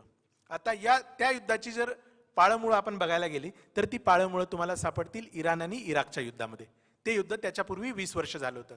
इराण आणि इराक हे जे युद्ध चाललं होतं, या युद्धामध्ये सुरुवातीच्या काळामध्ये इराणचा जे पारडं होतं हे खूप जड होतं आणि इराणचं पारडं जड असताना अमेरिकेला त्याच्यामध्ये हस्तक्षेप करावासा वाटला. कारण आत्ताच संजय सोनवणे सरांनी सांगितलं की तेल हे जगाचं चलन आहे आणि तेलावरती ज्याची सत्ता त्याची जगावरती सत्ता आहे. आणि म्हणून इराणसारखा सुन्नीपंथीय देश जर या सगळ्या मध्यपूर्वेमध्ये जिंकला तर ते अमेरिकेच्या अर्थकारणाला परवडण्यासारखं नव्हतं. म्हणून अमेरिकेने इराण इराकच्या युद्धामध्ये इराकची बाजू घेतली आणि रोनाल्ड रेगन हे तेव्हा अमेरिकेचे अध्यक्ष होते. त्यांचा एक दूत बगदादच्या विमानतळावर उतरला आणि त्याने एक ब्रीफकेस सद्दाम हुसेनच्या हातात दिली आणि ती ब्रीफकेस दुसरं तिसरं काही नसून जैविक हत्यारे होती. काय होती ही जैविक हत्यारे? ती म्हणजे अँथ्रेक्स म्हणजे काळपुळी, टायफस म्हणजे टायफॉइड आणि पोलिओ याची लागण होणारी ती विषाणू होते. आणि नंतर ह्या सगळ्या जैविक हत्यारांच्या अनेक ज्या फेऱ्या आहेत त्या इराकपर्यंत पोहोचवण्यात आला. त्याचा वापर इराकने इराण विरुद्ध केला आणि इराणच्या खंदकांमध्ये लाखो इराणी सैनिक वारले, मेले आणि ती जी हानी होती ती इराणला परवडणारी नव्हती. म्हणून त्या काळात तिथे युद्धबंदी झाली. हा इतिहास आहे. हा इतिहास तुम्ही गुगलवर बघू शकता किंवा मी तुम्हाला पुस्तकांची लिस्ट देईल, त्या पुस्तकांमध्ये हा सगळा इतिहास आहे. केन ॲलिझाबेथ हे जे जागतिक या संदर्भातले जैविक तज्ञ आहेत त्यांचं बायोहझार्ड नावाचं पुस्तक आहे, त्याच्यामध्ये तुम्ही हे वाचू शकता. मग इराण इराक युद्ध संपुष्टात आलं. त्याच्यानंतर ही जैविक अस्त्र उरलेली होती. मग ही उरलेली जैविक अस्त्र सद्दामने कुठे वापरली? त्यांनी ती कुर्दांविरुद्ध वापरली आणि 3 लाख कुर्दांचं शिरकाण त्याने केलं. आणि त्याच्यासाठी सद्दाम हुसेनने आपल्या सावत्र भावाला वापरलं, ज्याला जग केमिकल अली म्हणून ओळखतं. ते केमिकल अलीने जी काही केमिकल वापरली ती केमिकल काही केमिकल अलीने किंवा सद्दाम हुसेननी तयार केलेली नव्हती, तर ती रोनाल्ड रेगन हे जे अमेरिकेचे अध्यक्ष होते त्यांच्या ज्या दूताने जैविक हत्यारे दिली होती ती वापरली होती. आणि त्या दूताचं नाव होतं परत डोनाल्ड रम्सफेल्ड. म्हणजे त्या काळामध्ये 30 वर्षापूर्वी हे महाशय रोनाल्ड रेगनचे दूत होते. नंतरच्या काळात ते अमेरिकेचे संरक्षण मंत्री झाले. म्हणजे हे उद्योग सगळे जुने आहेत. आणि म्हणून अमेरिकेला ही 100% खात्री होती की इराककडे जैविक हत्यारं आहेत, कारण ती कधी काळी त्यांनीच इराकला दिली होती. आणि म्हणून ती जर हत्यारं आपल्यावर उलटली तर इराक आपलं जे नुकसान करू शकेल हे नुकसान प्रचंड असणारे याची जाणीव होती. ही जाणीव जॉर्ज बुश सेकंड यांनाही होती आणि रोनाल्ड रेगनचे तेव्हाचे दूत आणि आत्ताचे जे संरक्षण मंत्री होते डोनाल्ड रम्सफेल्ड यांनाही होती. म्हणून युनोच्या सगळ्या संघटनांनी पाहणी करून सद्दामकडे तशी जैविक हत्यारं नाहीत असा अहवाल दिल्यावर सुद्धा त्यांनी इराकशी युद्ध केलं आणि सद्दामचा नायनाट केला. सद्दामला तिथून त्यांनी पळवून लावलं आणि सद्दामला ठारही केलं, कारण ही जैविक हत्यारं असल्याचं त्यांना ठाम माहीत होतं, जरी ती सापडली नाही, कारण ती इराकने किंवा सद्दाम हुसेनने पूर्वीच कुर्दांविरुद्ध आणि इतर ठिकाणी वापरून झाली होती. म्हणजे हे जे जैविक संशोधन आहे हे जैविक संशोधन तुम्ही मध्यपूर्वेतल्या 3 युद्धापर्यंत वापरलेलं बघितलं. हे जैविक संशोधन कुठं होतं? तर वॉशिंग्टन डीसीच्या 12 मैल दूर असणारं जे अमेरिकेचं मोठं जैविक संशोधन केंद्र आहे ते जैविक संशोधन केंद्र असेल किंवा NAL नावाची जी मोठी रिसर्च लॅबोरेटरी आहे कॅनडामधली, तिथे या पद्धतीची संशोधनं चालतील. आता याचा जर तुम्ही ह्या जैविक हत्यारांचा शोध घ्यायला सुरुवात केलं तर तुम्हाला लक्षात येईल की NAL किंवा वॉशिंग्टन DC मधलं जैविक हत्यार केंद्र ही लोक नेमकं संशोधन कसं करतात, यांची मोडस ऑपरेंडी कशी चालते, कशा पद्धतीने कुठल्या बेसवर यांनी ही संशोधन केंद्र उभं केलीत, तर त्याची पाळंमुळं जर तुम्हाला शोधायला गेलात तुम्ही तर ती थेट तुम्हाला दुसऱ्या महायुद्धात सापडतील. जैविक हत्यारे काय आजची गोष्ट नाही, ही पहिल्या दुसऱ्या महायुद्धापासून चालत आलेली गोष्ट आहे. म्हणजे तुम्हाला गमतीचा भाग सांगतो की आपण जैविक हत्यार सगळ्यात आतापर्यंतचं म्हणजे आतापर्यंतचं सगळ्यात मोठं युद्ध आणि सगळ्यात मोठं जे काही हानी करणारं हत्यार आहे ते आपण काय म्हणून ओळखतो? अण्वस्त्र म्हणून ओळखतो. आणि त्या अण्वस्त्राचा डेमो आपण कुठे बघितला? हिरोशिमा आणि नागासाकी इथे बघितला आणि तिथे लाखो लोक होरपळून मरताना आपण बघितली. आणि त्यामुळे जपानला आपण खूप सहानुभूतीच्या नजरेने बघतो, कारण जो शोषित होतो, ज्याची पीडा होते, त्याच्याकडे आपला खूप सहानुभूतीपूर्वक असा दृष्टिकोन असतो. परंतु तुम्ही जर हे हिरोशिमा आणि नागासाकी याचा जर अणुबॉम्ब आणि त्यानंतर झालेलं जपानचं नुकसान आणि जपानची शरणागती याच्या पलीकडे जाऊन त्याच्या आधीची जापान्यांची भूमिका बघितली तर तुम्हाला धक्का बसल्याशिवाय जाणार नाही. कारण जापानचे हे जे समुराई योद्धे असतात, हे समुराई योद्धे जितके शूर असतात तितकेच क्रूरही असतात. आणि म्हणूनच ह्या सगळ्या जापानने दुसऱ्या महायुद्धाच्या आधी ज्या पद्धतीची संशोधनं हाती घेतली होती त्याचा तपशील अमेरिकेच्या हाती लागला. आणि दुसऱ्या महायुद्धानंतर त्यांचा एक जनरल शिशुयुरो नावाचा अमेरिकेच्या हाती लागला. आणि अमेरिकेच्या हाती लागल्यानंतर साधारणतः हिटलरची जी कोणी लोक मित्र राष्ट्रांच्या हाती लागली त्यांच्यावरती न्यूरनबर्गचा खटला चालवला गेला. त्यांना युद्धखोर म्हणून घोषित करण्यात आलं आणि बऱ्याचशा जणांना सगळ्यांना ग्लोबल सगळ्यांना हिमलर वगैरे या सगळ्यांना फाशी झाली. परंतु न्यूरनबर्ग खटल्याचा न्याय या शिशुयुरोंना लागू नाही झाला. अमेरिकेने जेव्हा त्यांची सगळी ऐकली माहिती तेव्हा अमेरिकेला त्याच्यावर विश्वास बसला नाही. आणि अमेरिकेने एक मंडळ स्थापन केलं, एक समिती स्थापन केली की हे जे काही जनरल शिशुयुरो बोलतायत हे खरं आहे का, हे जाऊन जापानला जाऊन तपासून या. आणि मग अमेरिकेचं ते शिष्टमंडळ जापानला गेलं आणि त्यांनी जी माहिती हाती घेतली तेव्हा त्यांच्या लक्षात आलं की हे जनरल शिशुयुरो हे डॉक्टर आहेत. आणि हे काही खरे सरांसारखे डॉक्टर नाहीत, ते माझ्यासारखे मेडिकल डॉक्टर होते. आणि हे नुसते मेडिकल डॉक्टर नव्हते तर ते संशोधक होते, रिसर्च सायंटिस्ट होते. आणि म्हणून साध्या एका डॉक्टरचा प्रवास जनरल या पदापर्यंत झाला, कारण ते तिथल्या जैविक हत्यार संशोधन केंद्राचे प्रमुख होते. आणि त्यांच्या आधिपत्याखाली जी काही Japan water purifier and research डेव्हलपमेंटची जी प्रोसेस या अशा गोड नावाखाली जे काही त्यांची कारस्थानं चालायची आणि त्यांची 1, 2, 3, 4 अशी 824 अशी सेंटर्स होती. आणि ह्या सेंटर्समध्ये मानवी कत्तलखाना जो घाऊक प्रमाणामध्ये मानवी कत्तल घडवून आणू शकेल अशा पद्धतीच्या कत्तलखान्याचं मोठं संशोधन गेल्या 20-30 वर्षात या सगळ्या जापानी लोकांनी आरंभलं होतं.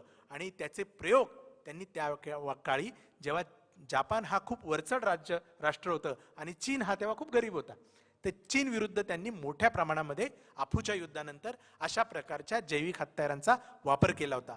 म्हणजे सॅनजाओ प्रांतावरती त्यांनी विमानामधून एक भुकटी फवारली आणि त्याच्यानंतर लोकांना शिंका यायला लागल्या आणि मोठ्या प्रमाणामध्ये लोकांना सर्दी खोकल्याचा त्रास झाला आणि हजारो लोक मेली. किंवा चीनमधल्या एका प्रांतामध्ये वॉटर कंटॅमिनेशन झालं आणि लोकांना हागवणीचा आजार लागला आणि त्याच्यामध्ये सुद्धा लाखो लोकांचा बळी गेला. किंवा आपल्या साबुदाण्याच्या किंवा होमिओपॅथिक गोळ्या असतात तशा पद्धतीचा गोळ्यांचा विमानातून मारा करण्यात आला. आणि त्याच्यानंतर जी काही पशुपक्षी होते ही सगळी पशुपक्षी मोठ्या प्रमाणामध्ये करोडोच्या संख्येमध्ये मेली आणि ती ज्या लोकांनी खाल्ली त्या लोकांचा सुद्धा त्याच्यामध्ये बळी गेला. जिवंत माणसावरती भूल न देता त्याची शस्त्रक्रिया केली तर काय होईल, अशा पद्धतीच्या संशोधनापासून ते घाऊक पद्धतीने लोकांना कसं मारता येईल या पद्धतीचं विस्तृत संशोधन जापानने केलं होतं. आणि त्या पद्धतीची जैविक बॉम्ब जापानकडे त्यावेळेस तयार होते. परंतु जर तुम्ही हिरोशिमा आणि नागासाकी आठवलं असेल तर तुम्हाला लिटल बॉय ह्या बॉम्बर विमानाची गोष्ट माहीत असेल. आणि तुम्हाला हे माहीत असेल की जापानपासून अमेरिकेचं भौगोलिक अंतर ही खूप मोठं आहे आणि त्या काळामध्ये जापानपासून थेट अमेरिकेपर्यंत मारा करता येतील अशा पद्धतीची विमानसेवा उपलब्ध नव्हती. मध्ये थांबा घ्यावा लागत होता. ज्यांनी अणुबॉम्ब टाकला त्यांना सुद्धा चीनमध्ये पॅराशूटने उड्या घ्यायला लागल्या, कारण परतीच्या प्रवासा इतकं इंधन त्या काळी नसायचं. आणि म्हणून त्या पद्धतीची क्षेपणास्त्र आणि त्या पद्धतीची विमानं नसल्यामुळे जापानी फक्त पर्ल हार्बर पर्यंतच पोहोचू शकले आणि तिथेच काय विध्वंस घडू शकले आणि ते अमेरिकेपर्यंत पोहोचू शकले नाही. आणि म्हणून अमेरिकेने एक मोठा निश्वास या शिशुयोरांना पकडल्यानंतर सोडला. आणि शिशुयोरांना त्यांनी काही फाशी दिली नाही, त्यांनी जेलमध्ये पाठवलं नाही, तर त्यांना मानद प्रोफेसर बनवलं आणि त्यांच्या मार्गदर्शनाखाली NAL आणि अमेरिकन जैविक संशोधन केंद्राची स्थापना झाली. आणि तिथे हा सगळा उद्योग जो आहे जापानी उद्योग हा अमेरिकेने पुढे नेला. आता अलीकडे आपण बघितलं तर आपण कुठे येऊन पोहोचतो, कोविडपर्यंत येऊन पोहोचतो. कोविड कधी आला तर 2019च्या डिसेंबरमध्ये कोविड आला आपल्याकडे, बरोबर आहे की नाही. म्हणजे चायनामध्ये 2019ला आला, आपल्याकडे तो जानेवारी-फेब्रुवारीमध्ये आला, मोदींना तो मार्च-एप्रिलमध्ये कळाला. आणि त्याच्यानंतर आपण डिफेन्सिव्ह म्हणजे भारताची दिशा नसतेच, आपली दशाच असते, त्यामुळे आपलं मेकॅनिझम हे नेहमी डिफेन्सिव्ह असतं आणि आक्रमक असं काही नसतं आपल्याकडे. म्हणजे आपण अगदी वुहान आज इकडे एक खुर्ची सोडून बसा, प्रत्येकाने मास्क घाला, 8 नंतर नाईट कर्फ्यू पण गेले 2 कालपासून लागू झालेला आहे, हे सगळं पाळत असलो तरी सुद्धा 2 वर्षापूर्वी आपल्या पंतप्रधानांनी स्पेशल विमान वुहानला पाठवून सगळी कॉन्टॅमिनेटेड लोक उचलून आणली इथे आणि नुसतं वुहानला नाही पाचवलं, 15 लाख लोक परदेशातून महाराष्ट्रात मुख्यतः मुंबईमध्ये आणून टाकली आणि मग म्हटलं की महाराष्ट्रामध्ये कोरोना कशामुळे जास्त पसरला, महाराष्ट्र सरकार फेल गेलं. आपण मुंबईमध्ये लोक उतरवली कोणी? म्हणजे ही जी आपली सगळी साधारणतः जेव्हा जैविक युद्ध म्हणतो तेव्हा साधारणतः आपली दिशा या शब्दाचा मथितार्थ आपल्याला कळावा म्हणून हे कंटेम्पररी गोष्ट मी तुम्हाला सांगितली. तर साधारणतः ह्या 2019 मध्ये जो उद्रेक झाला, याचा उद्रेक वुहानमधून झाला, ते वटवाघळातून कसं आलं, तिथे वुहानमध्ये रिसर्च लॅबोरेटरी जी चायनाची जैविक रिसर्च लॅबोरेटरी आहे आणि तिथून त्याचा उगम झाला. ली नावाच्या डॉक्टरांनी ते शोधलं, नंतर त्या डॉक्टर पण मरण पावले, किंवा संशयास्पदरित्या गायब झाले. हा सगळा इतिहास, अर्वाचीन इतिहास आहे, तो तुम्हाला माहिती आहे. परंतु त्याच्या आधी जर तुम्ही मे, जून, जुलैमध्ये गेलात तर तुमच्या लक्षात येईल की कॅनडाच्या त्या NAL लॅबोरेटरीमध्ये काम करणारं एक चीनी दाम्पत्याला अमेरिकेने अटक केली आणि ते हेरगिरीच्या प्रयत्नासाठी त्यांना अटक झाली आणि त्या चीनी मूळ असलेल्या कॅनडी शास्त्रज्ञांची मुळं ही वुहानच्या लॅबोरेटरीशी कुठे ना कुठे जोडली गेली होती. म्हणजे साधारणतः ह्या वुहानच्या जैविक उद्रेकाचं सुद्धा मूळ परत त्या NAL पर्यंत किंवा अमेरिकन रिसर्च लॅबोरेटरीपर्यंत जाऊन पोहोचतं. हा सगळा गोषवारा जर तुम्ही लक्षात घेतला तर जसं खरे सरांनी सांगितलं की पुढे तिसरं महायुद्ध होणार नाही. परंतु आज आपण ज्या कालखंडातून जात आहोत ही कालखंड किंवा ही परिस्थिती ही महायुद्धापेक्षा कमी नाही. युद्ध म्हणजे काय असतं? मी तर 1972 बघितलं नाही, 65 बघितलं नाही, परंतु भाऊंनी बघितलं, त्यांनी बघितलं असेल की नाईट आउट व्हायचा, लाईट बंद करायला लागायचे, नाईटला कर्फ्यू लागायचा, म्हणजे परदेशी विमानांना आपली जागा लोकेट होऊ नये. जर रासायनिक हल्ला झाला तर ती मोठे मास्क नाकावरती यायचे किंवा तळघरामध्ये आपल्याला लपायला लागायचं, आयसोलेट व्हायला लागायचं. आज आपण काय करतोय? आज आपण मास्क लावून फिरतोय. ठीक आहे, रासायनिक हत्यारांच्या विरुद्धचा मास्क नाही, परंतु कापडी मास्क होईना लावून फिरतोय. नाईट आउट बंद केलंय आपण, कर्फ्यू सदृश्य वातावरण आहे आणि प्रत्येक जण आपल्या जिवंत असण्याची किंमत कुठल्या ना कुठल्या कराच्या रूपाने, कुठल्या ना कुठल्या वॅक्सिनच्या रूपाने, कुठल्या ना कुठल्या गोळीच्या रूपाने, कुठल्या ना कुठल्या औषधाच्या रूपाने चुकवतोय. कोणाला? एका परदेशी ताकदीला. म्हणून युद्ध ही जी संकल्पना आहे, ह्या संकल्पनेकडे नव्या काळामध्ये 21व्या शतकामध्ये आपण नव्या स्वरूपात बघायला पाहिजे. तुम्ही आम्ही प्रत्येक जण, म्हणजे इथे मुघल लोकांनी राज्य केलं तेव्हा जिझिया कर हिंदूंना चुकवायला लागत होता, कारण जे सरकार होतं ते इस्लामिक होतं. बरोबर आहे की नाही? आज आपलं सत्ता कुठली आहे, कुठला पक्ष सत्तेत आहे किंवा कुठल्या देशात आपण राहतो, याच्यापेक्षा जास्त महत्वाचं आहे जो जिझिया कर आपण चुकवतोय तो कुठल्या स्वरूपात चुकवतोय आणि कुणाला चुकवतोय. कारण युद्धखोरी ही नफ्यासाठी होते आणि जर नफा हा थेट युद्ध किंवा थेट ताकद न वापरून वेगळ्या पद्धतीने मिळत असेल तर मग युद्ध करायची गरज काय ती राहते. त्यामुळे आज प्रत्येक जण हा जिझिया जगण्याचा कर चुकवतोय, जिझिया कर चुकवतोय आणि तो वेगळ्या माध्यमातून चुकवतोय. आणि आज जे वातावरण आहे हे वातावरण हे युद्धापेक्षा वेगळं नक्की नाहीये. राहता राहिला मुद्दा भारताची दिशा. या दिशामध्ये संजय सोनवणे सरांनी विस्तृत असं 8व्या म्हणजे इसवी सन पूर्वापासून त्यांनी त्याचं वर्णन केलं. त्याचं 2च शब्दांमध्ये मी कंपायलेशन करेन की भारताची दिशा हे ठरवताना मुळात भारत म्हणजे काय या संकल्पनेचा आपण नव्याने शोध घ्यायला पाहिजे. कारण एका भूभागावर राहणारे काही मुठभर किंवा काही 135 करोड लोक एवढंच काही देशाची व्याख्या होत नाही, तर ती लोक मनाने विचाराने एकामेकाला जोडली गेलेली असायला लागतात.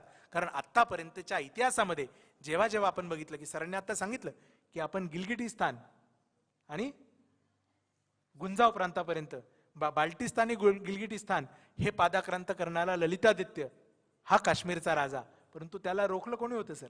मगधने. बरोबर ना सर? मगधने रोखलं होतं. मगध कुठे? आत्ताच्या बिहारमध्ये. म्हणजे ज्याच्या राज्याच्या सीमा ह्या आत्ताच्या चायनातल्या आणि पाकिस्तानच्या आणि अफगाणिस्तानच्या या तिन्ही राष्ट्रांच्या सीमारेषांमधल्या येणाऱ्या भूभागाला जाऊन पोहोचल्या होत्या, त्या ललितादित्याला थांबवणारा कोण होता? मगधचा राजा होता. किंवा सिकंदराला फितूर होणारी लोक कोण होती? आपलीच लोक होती. आणि ब्रिटिशांनाही फितुरवणारी लोक कोण होती? आपलीच होती. आणि आज सुद्धा आपल्यातलीच काही लोक ठराविक लोकांना, मुठभर लोकांना बाजूला काढत असतील आणि ती खरी भारताची नागरिक आहे आणि ते खरं राष्ट्र आहे अशी संकल्पना मांडत असतील आणि इथे राहणाऱ्या बहुसंख्य लोकांना ते अल्पसंख्याक आहेत, कमजोर आहेत आणि त्यांचं शोषण केलं जाईल किंवा आमच्या टर्म्स कंडिशनवर तुम्हाला इथे थांबायला लागेल किंवा राहावं लागेल अशा पद्धतीने शरण करू इच्छित असेल तर ते सुद्धा एका नव्या युद्धखोरीला आमंत्रण आहे असं मला वाटतं. युद्ध काही फक्त देशादेशांमध्ये होत नाही, ती माणसामध्ये विचारांमध्ये होत असतात. फक्त एक ठिणगी पडायचा उशीर असतो, जाळ लागायला वेळ लागत नाही. मुंबईच्या दंगली हे काय पाकिस्तानने येऊन इथे केल्या नव्हत्या, आपल्याच लोकांनी इथे केल्या होत्या. बाबरी मस्जिद काही बाहेरच्या लोकांनी येऊन तोडली नव्हती, आपल्याच लोकांनी तोडली होती. आणि त्याच्यामध्ये जे जीव गेले ते जीव कदाचित 1965 1972च्या युद्धापेक्षा जास्त होती. त्याची जी काय हानी होती ती जास्त होती. म्हणून युद्धखोरी ही जर नष्ट करायची असेल आणि भारताला खऱ्या अर्थाने जागतिक दिशा द्यायची असेल तर पहिल्यांदा मशागत आपल्या मनांची करायला पाहिजे, विचारांची करायला पाहिजे आणि मग आपल्याला समोर गेलं पाहिजे जगाच्या. कारण या जगाला आपण बुद्ध दिलाय, या जगाला आपण महात्मा गांधी दिलेत, याचा विसर आपल्याला पडू नये. एवढंच बोलून मी माझा समारोप करतो. जय हिंद, जय महाराष्ट्र.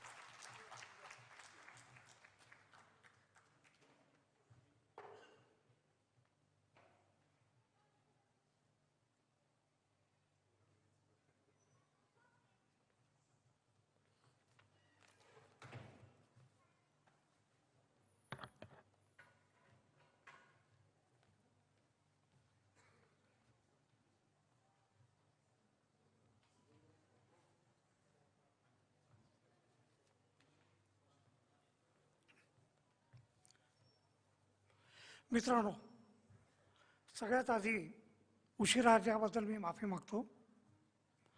मी मुंबईहून सकाळी 9 वाजता निघालेलो आणि 4:30ला वनाजला पोहोचलो. सकाळी 9ला निघालेलो. नॉर्मली माझी सवय आहे की कुठल्याही कार्यक्रमाला वेळेच्या आधी पोहोचतो, पण आज पहिल्यांदा उशिरा पोहोचतो आणि तो रेकॉर्ड ब्रेक अशा स्वरूपात. मित्रांनो, या ठिकाणी जागतिक युद्धखोरी आणि भारताची दिशा या संदर्भात चर्चा आपण करतोय. तर त्याला मी थोडं वेगळ्या स्वरूपानं, म्हणजे यापूर्वी जी काही मांडणी झाली त्याच्यापेक्षा थोडी वेगळ्या स्वरूपाने मी मांडणी करणार आहे. आणि भारताची दिशा आपण जेव्हा म्हणतो तेव्हा नेमकी भारताची भूमिका काय असावी आणि आज भारताची वेगवेगळ्या आणि सांगितलं देखील गेलं की अमेरिका एक महासत्ता आहे. पण आता मात्र अमेरिका ही महासत्ता राहिलेली नाही. चीन एक महासत्ता झाली आहे आणि चीन आणि अमेरिकेत मोठ्या प्रमाणानं ट्रेड वॉर सुरू आहे, व्यापार युद्ध सुरू आहे. तर दोघंही एकमेकांना शह देण्यासाठी वेगवेगळ्या देशांचा उपयोग करतात. अमेरिका निश्चित त्यात भारताचा उपयोग करतोय. आणि आज म्हणून आपण जागतिक स्तरावर जर पाहिलं तर प्रामुख्यानं 3-4 ठिकाणी युद्धाची परिस्थिती आपल्याला जाणवते आणि युद्ध कुठल्याही क्षणी होऊ शकते, आपण लक्षात घेतलं पाहिजे. रशियाने युक्रेनच्या सरहद्दीवर जवळपास 1 लाख सैन्याला तैनात केले आहेत. आणि रशिया आणि युक्रेनमधले जे काही संबंध आहे ते अत्यंत तणावाचे अनेक वर्षापासून अनेक कारणामुळे राहिले आहेत. 2014 मध्ये रशियाने युक्रेनचा क्रिमिया जो आहे तो भाग आपल्या ताब्यात घेतलाय. युक्रेन प्रो अमेरिका आहे, तेही एक कारण आहे. किंवा आपण असं म्हणूया की रशियाच्या दहशतीमुळे युक्रेन प्रो अमेरिका आहे. तर एकतर त्या ठिकाणी आपल्याला युद्धाची स्थिती जाणवते. आणि अमेरिकेपासून युरोपातील राष्ट्रांनी रशियाला स्पष्टपणे सांगितलं आहे की जर युक्रेनवर हल्ला करण्यात आला तर युक्रेनच्या बाजूनं आम्ही उभे राहणार. दुसरं, चीन आणि तैवानमध्ये आपण पाहतो तिकडची परिस्थिती अत्यंत गंभीर अशा स्वरूपाने अत्यंत तणावाची स्थिती आहे. अमेरिकेला वाटतं की चीन तैवानवर आक्रमण करेल. अनेक चीनचे आक्रमक बॉम्बर, फायटर विमान तैवानपर्यंत जाऊन परत आले. पण मला व्यक्तिशः वाटत नाही की चीन या क्षणी किंवा पुढच्या काही महिन्यात तैवानवर आक्रमण करेल असं मला वाटत नाही. यातनं एक गोष्ट आपल्याला लक्षात येतं की ज्या स्वरूपाने अमेरिकेचा जो काही उद्देश म्हणजे तो बदलला आहे. आधी ज्या स्वरूपानं अमेरिका अनेक देशात, संबंध लॅटिन अमेरिकेचा जो इतिहास आहे की अमेरिकेच्या विरोधातलं सरकार असेल तर त्याला टोपल करायचं, हा अमेरिकेचा इतिहास राहिला आहे. पण आता लॅटिन अमेरिकेत उलटाच इतिहास सुरू झालेला आहे. आता रविवारीच जर आपण सगळ्यांनी वाचलं असेल तर चिली या राष्ट्रात 35 वर्षाचा गॅब्रियल बॉरिस नावाचा तरुण, डाव्या विचाराचा, विद्यार्थी आंदोलनाशी संबंधित तो राष्ट्राध्यक्ष म्हणून निवडून आलाय. आता लॅटिन अमेरिकेतली परिस्थिती वेगळी होत चाललेली आहे. अमेरिकेचा प्रत्येक ठिकाणी जो काही इंटरेस्ट आहे तो आपण लक्षात घेतला पाहिजे. म्हणजे कोल्ड वॉर काळातला जो काही इतिहास होता अमेरिकेचा, रशिया किंवा त्या काळाचं USSRला थांबवण्यासाठी अफगाणिस्तानमध्ये मोठ्या प्रमाणात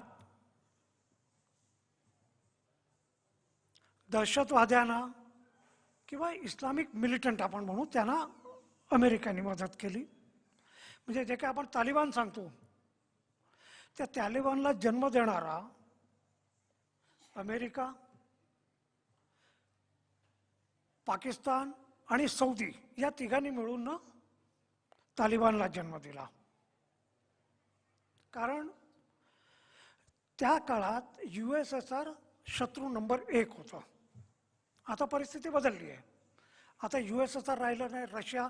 पण रशियाच्या ज्या काही अपेक्षा आणि आकांक्षा ज्या आहेत रशियाच्या, त्याही त्या स्वरूपानं चीनसारख्या एक्सपान्शनिस्ट म्हणजे आपलं विस्तार करणं. चीनने तिबेट केंद्रीकृत केलं, रशियाने क्रिमिया केलं. हा इतिहास आहे. आणि अशा याच्यात भारताचा जो काही संबंध येतो प्रामुख्यानं तो साऊथ एशियामध्ये जर आपण पाहिलं तर सगळ्यात जास्त पाकिस्तान, अफगाणिस्तान आणि नेपाळचा मुद्दाम उल्लेख करतो. नेपाळ आपलं LAC जे आहे, लाईन ऑफ ॲक्च्युअल कंट्रोल, जी जवळपास 3700 किलोमीटर एवढं लांब LAC आहे, लाईन ऑफ ॲक्च्युअल कंट्रोल चायनाशी. गेल्या वर्षी भारतातले 20 जवान शहीद झाले चायनाच्या हल्ल्यामध्ये. आजही चायनाने त्याचे जे काही महत्त्वाचे जे काही भाग जे आपल्या ताब्यात घेतले तेव्हा अजूनही चायनाने सोडलेले नाही. म्हणजे दोन्ही देशाच्या लष्करात 13 राऊंड चर्चा झाल्या, 13 फेऱ्या झाल्या. आणि 13व्या फेऱ्यानंतर चायनाने म्हटलं की भारत जी काही मागणी करतोय ते अव्यवहारू, इनप्रॅक्टिकल आहे, ते शक्य नाही. अशा स्वरूपानं भारतावरच दोष भारताला देऊन त्यांनी म्हटलं की यापुढे चर्चा कठीण आहे. पण परत चर्चा सुरू होण्याची शक्यता निर्माण झाली आहे. एक आपण लक्षात घेतलं पाहिजे की चीननी पँगॉंग त्सो किंवा काही भागातनं माघार घेतली आणि भारतातनी कैलास हाईटनं माघार घेतली. आता कैलास हाईट जी आहे ते अत्यंत स्ट्रॅटेजिकच्या दृष्टीनं सगळ्यात महत्त्वाचं आणि भारताने ते वॅकेट केलं. आता यावर लोकांचं मत असं आहे, म्हणजे जे काही एक्सपर्ट्स आहेत आणि माझंही मत आहे की भारताने कैलास हाईट्स वॅकेट करायला नव्हतं, करायला नको पाहिजे होतं, पण आपण केलं. चीन बाकी सोडत नाही. मुळातच अशा स्वरूपानं जे काही नेगोसिएशन जे काही होत असतं त्या नेगोसिएशनमध्ये एक एक पॅचमध्ये अशा स्वरूपाने यावेळेस नेगोसिएशन झालं की जे योग्य नाही. तुम्ही टोटॅलिटीमध्ये तुम्हाला नेगोसिएशन केलं पाहिजे, पण या ठिकाणी टोटॅलिटीमध्ये नेगोशिएशन झालं नाही आणि म्हणून आपण कैलास हाईट्समधनं मागे घेतलं. पण चीनने फिंगर 8 पासून चीनच आहे, फिंगर 8 पर्यंत आपल्याला जाता येत नाही, आपण लक्षात घेतलं पाहिजे. आणि त्याशिवाय जे काही रिपोर्ट्स आले अलीकडे, अरुणाचलमध्ये 2 गाव चीनने त्या ठिकाणी सेटल केले आहेत. आणि मला आठवतं की डॉक्टर राम मनोहर लोहिया असतील किंवा जॉर्ज फर्नांडिस संरक्षण मंत्री असताना देखील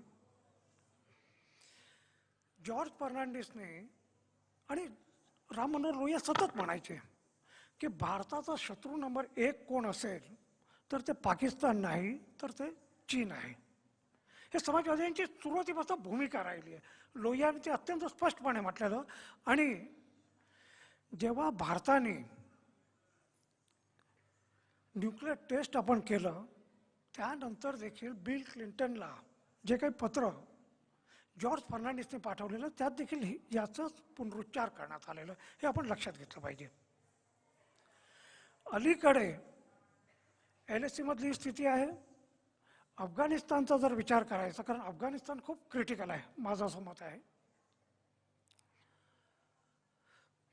15 ऑगस्टला तालिबानच्या ताब्यात गेलं आणि भारताची भूमिका एकूण दहशतवाद्यांच्या संदर्भात 2018 पासून सतत बदलत राहिलेली आहे. त्यापूर्वी भारताची भूमिका राहिलेली की दहशतवाद्यांसोबत कधीही कुठल्याही परिस्थितीमध्ये बोलता कामा नये. पण 2018 मध्ये पहिल्यांदा रशियामध्ये एक रशिया फॉर्मॅट म्हणून एक मीटिंग झाली की ज्यात तालिबानचे लोक होते, हमीद कारझाई होते, अफगाण सरकारमधले लोक होते. त्या बैठकीत पहिल्यांदा भारताने 2 प्रतिनिधीला पाठवलेले, म्हणजे पहिल्यांदा तालिबान आणि भारत एकत्र बसून ना चर्चा करत असताना आपल्याला पहिल्यांदा 2018 मध्ये दिसलं. परंतु त्यात एक लक्षात घ्या की त्या बैठकीत भारताने ज्या 2 लोकांना पाठवलेलं त्यात एक होते TCA राघवन. हे TCA राघवन भारताचे पाकिस्तानमध्ये आधी हाय कमिशनर होते. आणि दुसरे होते अमर शर्मा. हे अमर शर्मा अफगाणिस्तानमध्ये भारताचे ॲम्बेसडर होते. ते दोघे रिटायर झाले आणि भारताने त्यांना नॉन ऑफिशियल कॅपॅसिटीमध्ये पाठवलेलं, हे आपण लक्षात घ्या. नॉन ऑफिशियल कॅपॅसिटीमध्ये भारताने त्यांना पाठवलेलं आणि तिकडनं ती कुठेतरी तालिबानसोबत बोलणी सुरुवात झाली. आणि त्यानंतर तालिबान आणि अमेरिकेत गेल्या वर्षी 29 फेब्रुवारीला कतारमध्ये पीस डील झाला, शांतता समझोता झाला, करार झाला. आणि त्या शांतता कराराचा जो काही कार्यक्रम होता त्या कार्यक्रमात कतारमधले भारताचे ॲम्बेसडर त्या कार्यक्रमात हजर राहिले. त्यापूर्वी अशा स्वरूपानं कधी झालं होतं. अमेरिका आणि तालिबानमधला करार आहे शांतता करार, ते शांतता कराराचं आपण पाहिलं काय झालं ते. त्या ठिकाणी भारताचे ॲम्बेसडर त्या बैठकीत हजर राहिले. त्यानंतर सप्टेंबर महिन्यात गेल्या वर्षी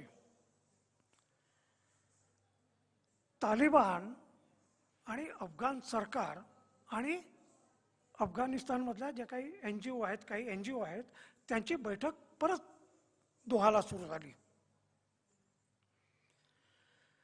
त्या बैठकीला भारताचे सेक्रेटरी परराष्ट्र मंत्रालयाचे PAI डिव्हिजन आहे, पाकिस्तान, अफगाणिस्तान, इराण, या डिव्हिजनचे जॉईंट सेक्रेटरी JP सिंग त्या बैठकीला हजर राहतात. त्या बैठकीचा जो सुरुवातीचा जो ओपनिंग कार्यक्रम जो असतो त्याला भारताचे परराष्ट्र मंत्री एस जयशंकर त्याला ॲड्रेस करतात. म्हणजे भारताची भूमिका कशी कशी बदलत चालली आहे आपण लक्षात घ्या. त्यानंतर मुल्ला बरादर कतारमधले भारतातले ॲम्बेसेडर दीपक मित्तल यांना जाऊन भेटतात. म्हणजे हे सगळं आपण लक्षात घेतलं पाहिजे. आणि आता काही दिवसापूर्वी भारताच्या परराष्ट्र मंत्र्यांनी जयशंकरनी सांगितलं की पीस डीलबद्दल अमेरिकेने आम्हाला संपूर्णपणे विश्वासात घेतलं नव्हतं. त्यातल्या काही गोष्टी आम्हाला अमेरिकेने सांगितलेल्या नव्हत्या, अशा स्वरूपानं काही दिवसापूर्वी भारताच्या परराष्ट्र मंत्र्यांनी सांगितलेलं आहे.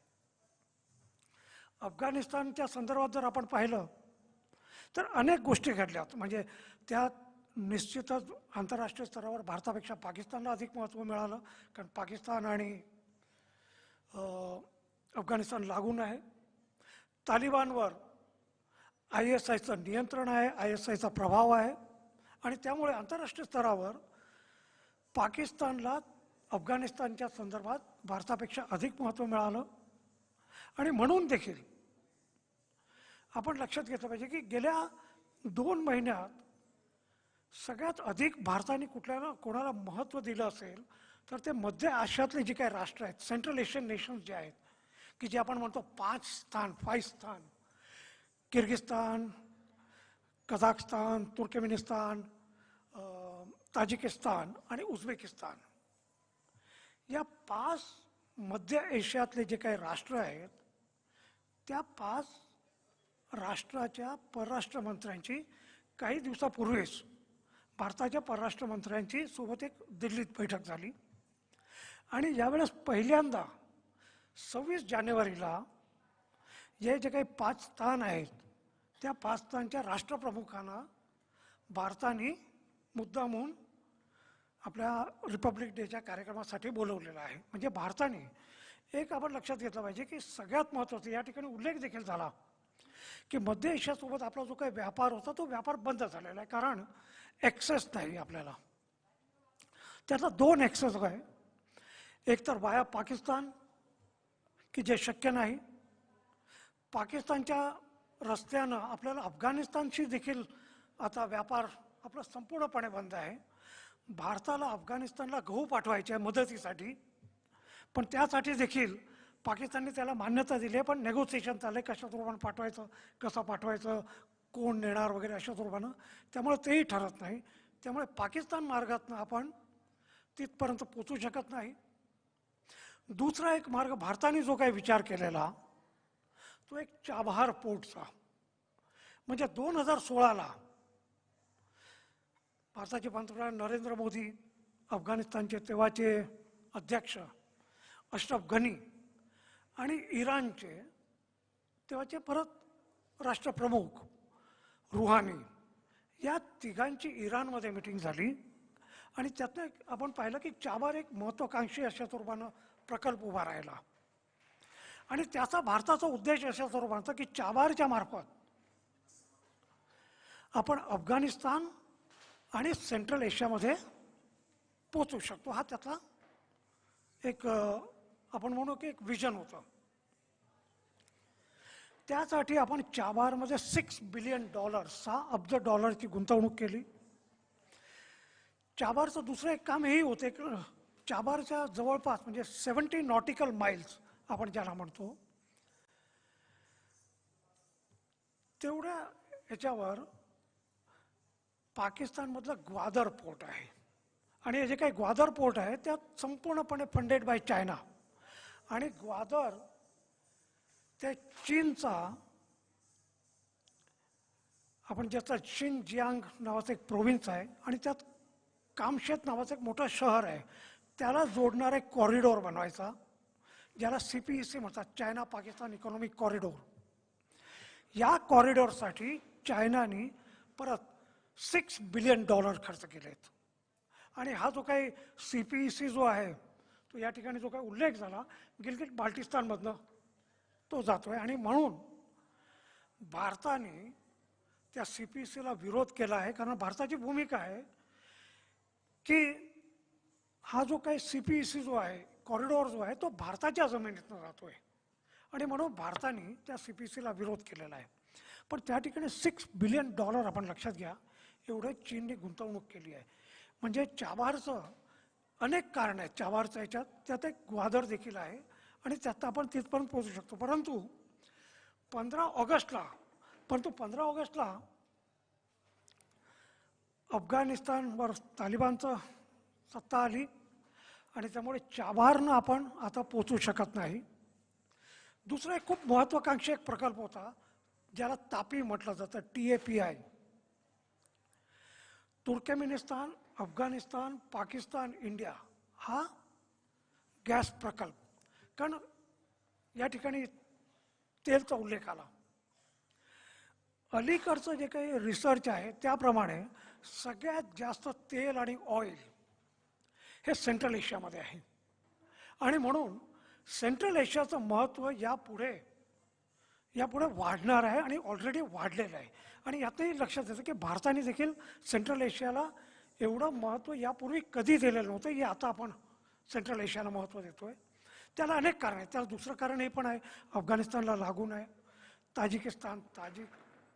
अफगाणिस्तानमध्ये 2 नंबर म्हणजे सगळ्यात जास्त पुस्तू आहेत, त्यानंतर ताजिक आहेत आणि ताजिकिस्तान अफगाणिस्तानला लागून आहे, तुर्कमेनिस्तान लागून आहे आणि उझबेकिस्तान. त्यातनं देखील अफगाणिस्तानमध्ये कशा रूपाने आपल्याला इन्फ्लुअन्स करता येईल याचा देखील विचार होतोय. दुसरं मला असं वाटतं की ज्या स्वरूपानं चायनाने LACच्या अलीकडे भारताच्या जमिनीवर येऊन घुसखोरी केली, सगळं सोडलं नाही, त्याचप्रमाणे अलीकडे नेपाळने देखील आपली भूमिका बदलली आहे.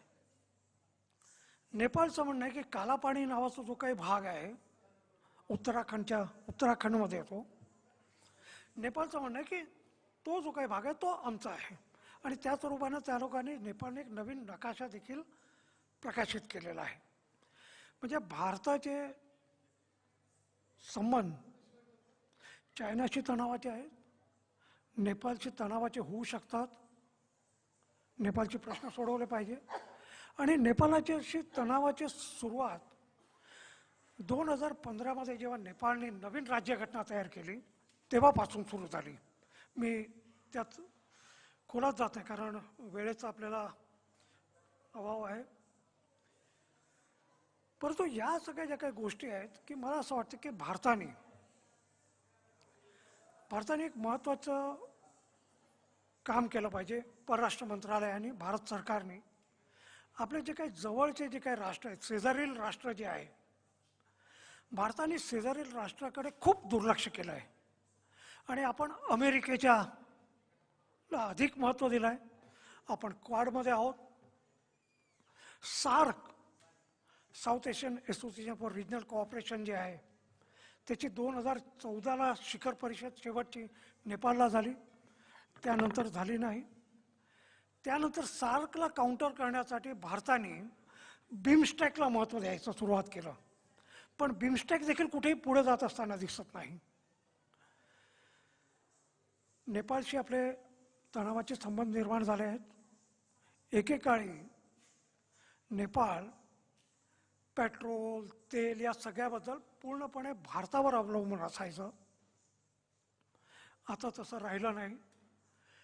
नेपाळ पेट्रो चायना जे आहे, नेपाळने पेट्रो चायनाशी करार केलेला आहे. नेपाळ चीनच्या खूप जवळ गेलेला आहे. आपण म्यानमारमध्ये बघतोय काय चाललंय नेमकं. म्यानमारमध्ये भारताचे परराष्ट्र सचिव 2 दिवसापूर्वीच तिकडे जाऊन आले आणि भारताच्या परराष्ट्र सचिवनी म्यानमार सरकारला विनंती केली की आम्हाला ऑंग सान सू कीला भेटायचं आहे, परंतु ते लष्कराने त्यांच्यातले नाकारलं. म्यानमारशी देखील आपले संबंध फारसे चांगले नाही, जुंटाशी म्हणजे आता लष्करी जुंटाशी. त्याला अनेक कारण आहेत. अनेक नॉर्थ ईस्टमधले जे काही मिलिटंट्स आहेत, वेगवेगळ्या ज्या काही गट आहेत, NSCNचे वेगवेगळे गट असतील, ते सगळे प्रामुख्यानं म्यानमार बांगलादेश इकडनं ऑपरेट करतायत. बांगलादेशचे आपले खूप चांगले संबंध आहेत, जवळचे संबंध आहेत. पण त्याला श देण्यासाठी चायनाने बांगलादेशच्या 97% आयटमवर जर बांगलादेशनी चीनला एक्सपोर्ट केल्या तर त्याला झिरो ड्युटी केलेलं आहे, झिरो ड्युटी. हे आपण लक्षात घ्या. म्हणजे चीन कशा स्वरूपानं लोकांना इन्फ्लुअन्स करतं. चीनकडे आर्थिक साम्राज्य आहे, आर्थिक सामर्थ्य आहे आणि म्हणून झिरो ड्युटी. त्याचा फायदा ऑब्विसली बांगलादेशच्या इकॉनॉमीला होतोय आणि त्याचसोबत चीन बांगलादेशचा उपयोग भारताविरुद्ध उद्या करू शकतो, आपण लक्षात घेतलं पाहिजे. पाकिस्तानची ऑब्विसली आपले तणावाचे संबंध आहे. संबंध गेले अनेक वर्ष बिलकुल बोलणी देखील आपली सुरू नाही. म्हणून तर या सगळ्या भूमिकेत भारताने सगळ्यात आधी ज्या स्वरूपानं बांगलादेशमध्ये भारताने आता परराष्ट्र सचिवांना पाठवलं, त्याच स्वरूपानं सगळे जे काही जवळचे राष्ट्र आहेत त्या ठिकाणी भारताने हे केलं पाहिजे. आणि म्हणून मला असं वाटतं की क्वाड वगैरे जे आहे त्यापेक्षा अधिक महत्त्व शेजारील राष्ट्रांनी दिलं पाहिजे. आणि शेजारील राष्ट्राला यासाठी देखील दिलं पाहिजे कारण ट्रेडची आपण जेव्हा काही चर्चा करतो तेव्हा जे काही सार्क राष्ट्र आहेत की ज्यात एकूण 8 देश आहेत, त्या सार्क राष्ट्रामध्ये परस्पर जो काही ट्रेड जो आहे तो 5%हूनही कमी आहे. म्यानमारपासून जो काही आशियान सुरू होतं, म्यानमारपासून आशियान जे काही सुरू होतं, ज्यात Myanmar, Laos, Cambodia, Malaysia, Philippines हे सगळे जे काही राष्ट्र आहेत त्यांचा परस्पर व्यापार 37% आहे, आपला 5% आहे. युरोपियन युनियनचा विचार केला तर 50% आहे. नाफ्टाचा विचार केला तर 61% आहे. म्हणून प्रत्येक राष्ट्राला जर विकासाच्या दृष्टीने पुढे जायचं असेल तर परस्पर ट्रेड वाढला पाहिजे की जो आज 5% आहे. आणि म्हणून भारताने त्यासाठी देखील पुढाकार केला पाहिजे. आणि भारत तेव्हाच तो पुढाकार घेऊ शकेल जेव्हा भारताचे परराष्ट्र जे काही जवळचे राष्ट्र आहेत त्यांच्याशी संबंध सुधारतील तेव्हा. आणि म्हणून मला असं वाटतं की टॉप प्रायोरिटी जी आहे ते तुमचे नेक्स्ट डोअर नेबर आपण ज्याला म्हणतो त्याच्याशी संबंध सुधारण्याचे. थँक्यू, धन्यवाद.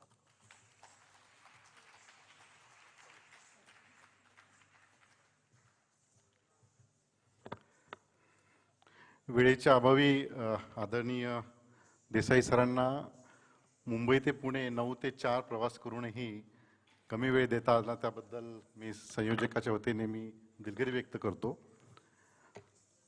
खरं म्हणजे कुठल्याही परिसंवादाचं अध्यक्षपद भूषवणं हे फार सोपं काम असतं कारण त्या अध्यक्षांना बोलायला तशी संधी नसते. आणि आज संयोजकांनी बरोबर 6:30ला थांबायला सांगितलेले आहे. आज आपल्याकडे 3ही वक्त्यांनी आदरणीय संजय सोनवणे सर, डॉक्टर अमोल देवळेकर आणि जतीन देसाई यांनी अतिशय वेगवेगळ्या पैलूवर आपली मांडणी केलेली आहे. सुरुवातीला ऐतिहासिक विश्लेषण करून युद्धाची आर्थिक कारणे याबद्दल संजय सोनवणे सरांनी मांडणी केली. त्यानंतर अमोल देवळेकर यांनी वैद्यकीय क्षेत्रातले असल्यामुळे जैविक शस्त्रे, विशेषतः त्याला आपण CBRN म्हणतो, केमिकल, बायोलॉजिकल, रेडिओलॉजिकल आणि न्यूक्लिअर वेपन्सचं त्याच्यामध्ये पॉलिटिक्स काय याची मांडणी केली आणि भारताची दिशा आणि दशाच्या संदर्भात थोडासा उहापोह केला. आणि जतीन देसाई सरांनी चीन पाकिस्तानसह जागतिक राजकारणाचा आणि सभोवताली राष्ट्रासोबत संबंधित असलेला जो ट्रेड आहे त्याबद्दल आपली मांडणी केली. शेवटचं 2 ते 5 मिनिटात मी माझं मनोगत संपवतो. खरं म्हणजे मी मगाशी म्हटलं की येणाऱ्या कालखंडात 3रं महायुद्ध होण्याची शक्यता नाही. जतीन देसाई सरांनी सांगितलं की युक्रेन आणि रशिया आणि युरोपियन युनियन यांनी ज्या पद्धतीने त्या ठिकाणी सैन्य शक्तीचं जुळवाजुळव करून एक प्रकारे जग हे तिसऱ्या महायुद्धाकडे जातो की काय अशी जी भीती आहे ती भीती उभी केलेली आहे. परंतु आजच्या स्थितीला सध्या जर जागतिक राजकारणाचा आढावा घेतला तर चीन आणि तैवान यांच्यामधील युद्ध होण्याची शक्यता नाही. त्याचं दोन कारणं आहेत. अमेरिका आणि चीन यांच्यातील जरी ट्रेड वॉर असेल तरी अमेरिकेकडे असणारी जी नाविक दल आहे, म्हणजे ज्या पद्धतीची एअरक्राफ्ट करिअर घेऊन लढाई करणाऱ्याची जे नाविक दळ लागतं ते सध्या चीनकडे नाही. आणि चीनची जी लष्करी शक्ती आहे त्या लष्करी शक्तीचं त्याला जे जस्टिफिकेशन ज्याला म्हणतो त्याचं जे टेस्टिंग जे आहे ते टेस्टिंग अजून जागतिक पटलावर झालेलं नाही. आज जरी चीनकडे असणारी लष्करी शक्ती ही महाशक्ती आहे म्हणून आपण पाहतो, उदयास आलेली महाशक्ती, तरी त्या लष्कराचं ज्याला टेस्ट आहे त्याची जी प्रत्यक्ष लढाई करण्याची जी टेस्टिंग आहे ती कुठे दिलेली नाही. जसं अमेरिकेने वेगवेगळ्या देशांमध्ये आपली सेना पाठवून इंटरफेरन्स केलेला आहे. हा एक भाग. दुसरा एक महत्त्वाचा भाग जो geopolitics to geoeconomics झालेला आहे त्याच्यामध्ये संपूर्ण जे तुम्ही सेंट्रल एशियाच्या संदर्भात भाष्य केलं त्या सेंट्रल एशियामध्ये शांघाय कोऑपरेशनद्वारे चीनने संपूर्ण आपली अर्थव्यवस्था बळकटी केलेली आहे आणि तिथेही सेंट्रल एशिया आपल्याकडे येण्याची चिन्ह दिसत नाही. आणि भारताचं जे परराष्ट्र धोरण ज्याला आपण सिंग अँड डान्स डिप्लोमॅसी म्हणतो, म्हणजे 2.0 जे नवीन मोदी गव्हर्नमेंटचं टेन्युअर आहे, पहिलं जे होतं 1.0 त्याच्यामधले पहिली जी 5 वर्ष आहेत या 5 वर्षांमध्ये नेपाळ असेल, बांगलादेश असेल, श्रीलंका असेल यांच्याकडे बघण्याचा दृष्टिकोन जसं भारतामध्ये मेजॉरिटी वर्सेस मायनॉरिटी आहे. म्हणजे उत्तर प्रदेशमध्ये सरकार इलेक्शन होत असताना मेजॉरिटी आणि मायनॉरिटीच्या क्रायसिसच्या संदर्भात आपण त्या ठिकाणी इलेक्शनकडे बघतो. तसं हे कमी संख्येचे देश असल्या कारणाने त्याकडे भारताने पहिल्या मोदी गव्हर्नमेंटने त्याकडे दुर्लक्ष केलं. आत्ता थोडंसं रिव्हिजिट करून त्या ठिकाणी प्रयत्न सुरू आहेत, परंतु आता वेळ गेलेली आहे आणि आमच्या सभोवतालच्या संदर्भामध्ये जे राष्ट्र आहेत त्यांची जी भूमिका आहे आणि भारताची भूमिका आणि विशेषतः चीनचं इंटरफेरन्स आहे हे फार महत्त्वाचं आहे आणि त्याचं जिओ पॉलिटिकल आणि जिओ इकॉनॉमिक इम्प्लिकेशन फार वेगळ्या पद्धतीने होतं. दुसरा सर्वात महत्त्वाचा मुद्दा, चीनच्या संदर्भामध्ये बरेचसे मुद्दे या ठिकाणी मांडले गेलेत. मला असं आठवतं की खरं तर इथल्या प्रत्येक भारतीयाने आणि प्रत्येक संरक्षण विश्लेषकाने बाबासाहेब आंबेडकरांचं जे भाषण 1954ला राज्यसभेमध्ये केलं होतं आणि त्यावेळेस राज्यसभेमधलं जे भाषण आहे ते प्रत्येक भारतीयांनी नीट वाचलं पाहिजे. त्या भाषणामध्ये बाबासाहेब असे म्हणतात आणि ते फार गांभीर्यपूर्वक ते भाषण आहे.